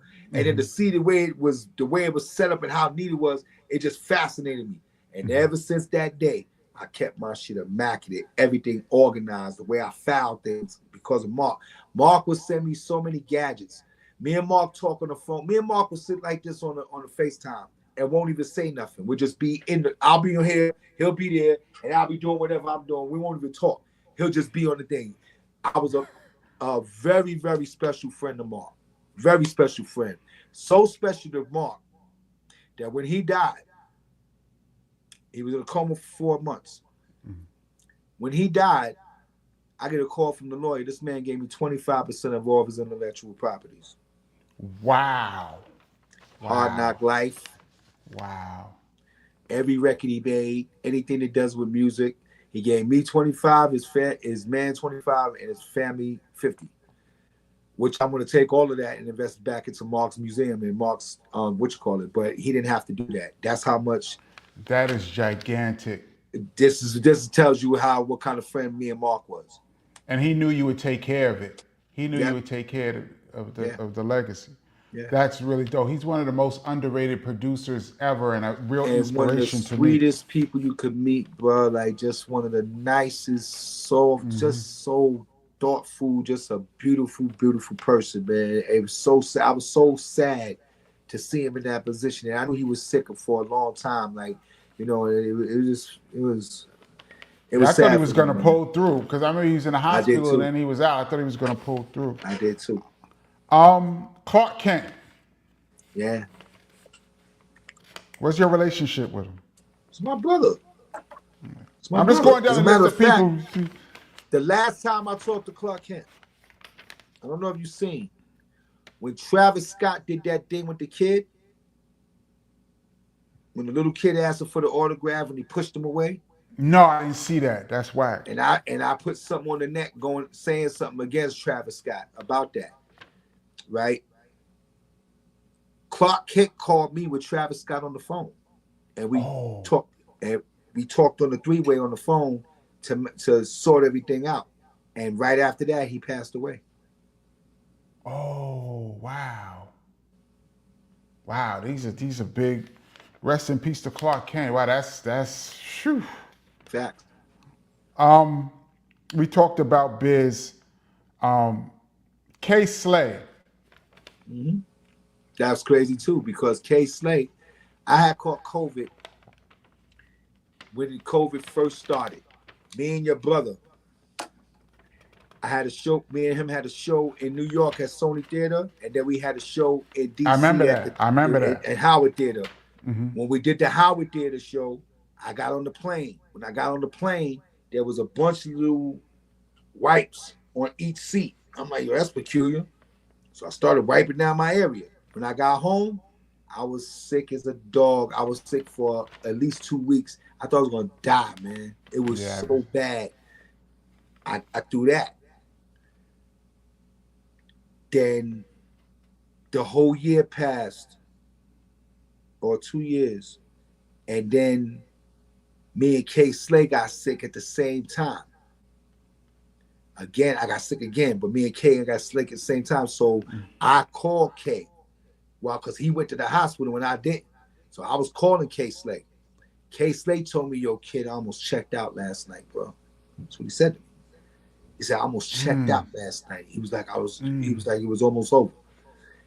Then I called him the next day, called him the following day. The next day, he didn't answer the phone. He didn't answer the phone the following day. So I started talking to his moms. Me and his moms going back and forth. And then I said, you know what? I'm going to lay off his moms. I want to keep calling because I don't want to keep bothering them about it. That it just, see what happens.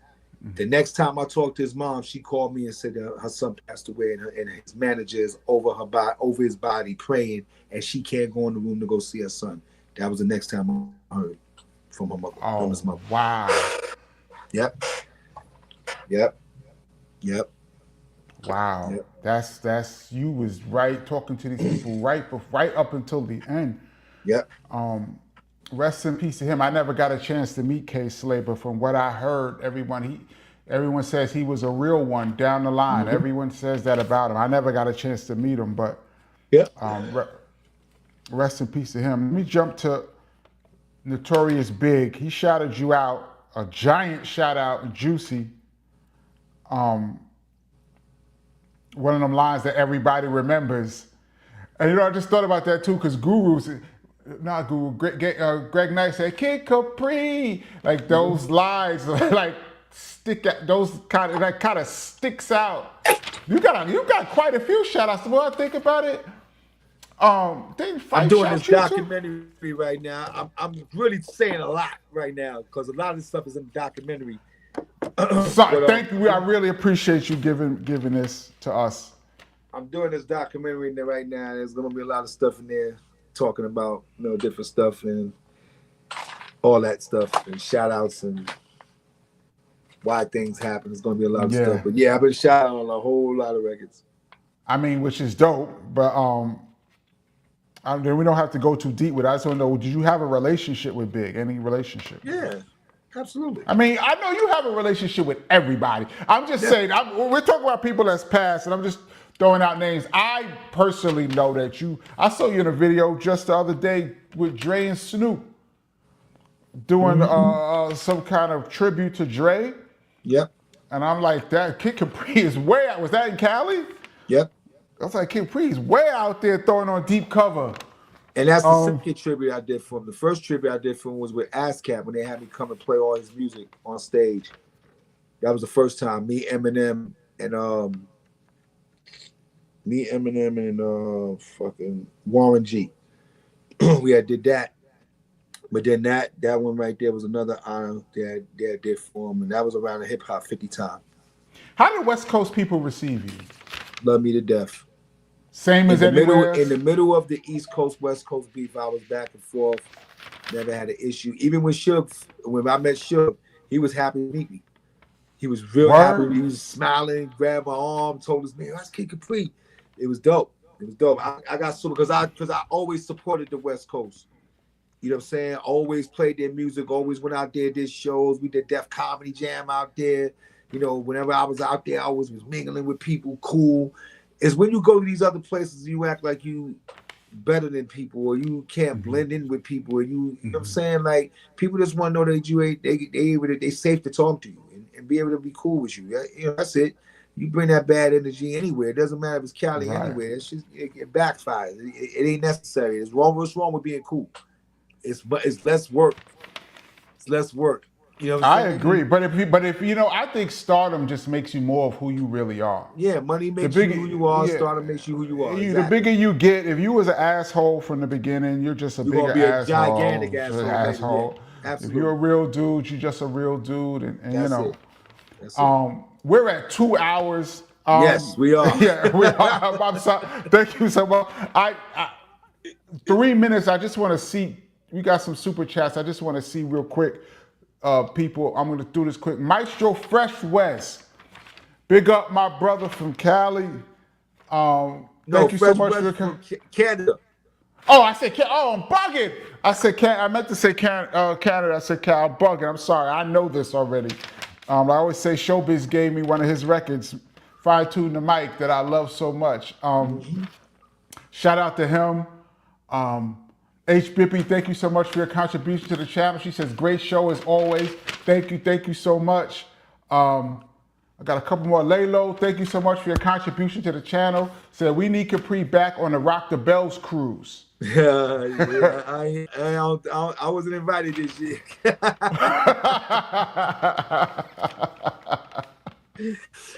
I toured up for 2 years, man. I think they needed a break from me this year. Real quick, what's this? JT, thank you so much for your contribution. Says Peace KP and DJ Kid Capri for a legendary moment on the Kenny Parker Show. Yes, it's a legendary moment. Also, because I'm gonna get on your nerves right now as we close.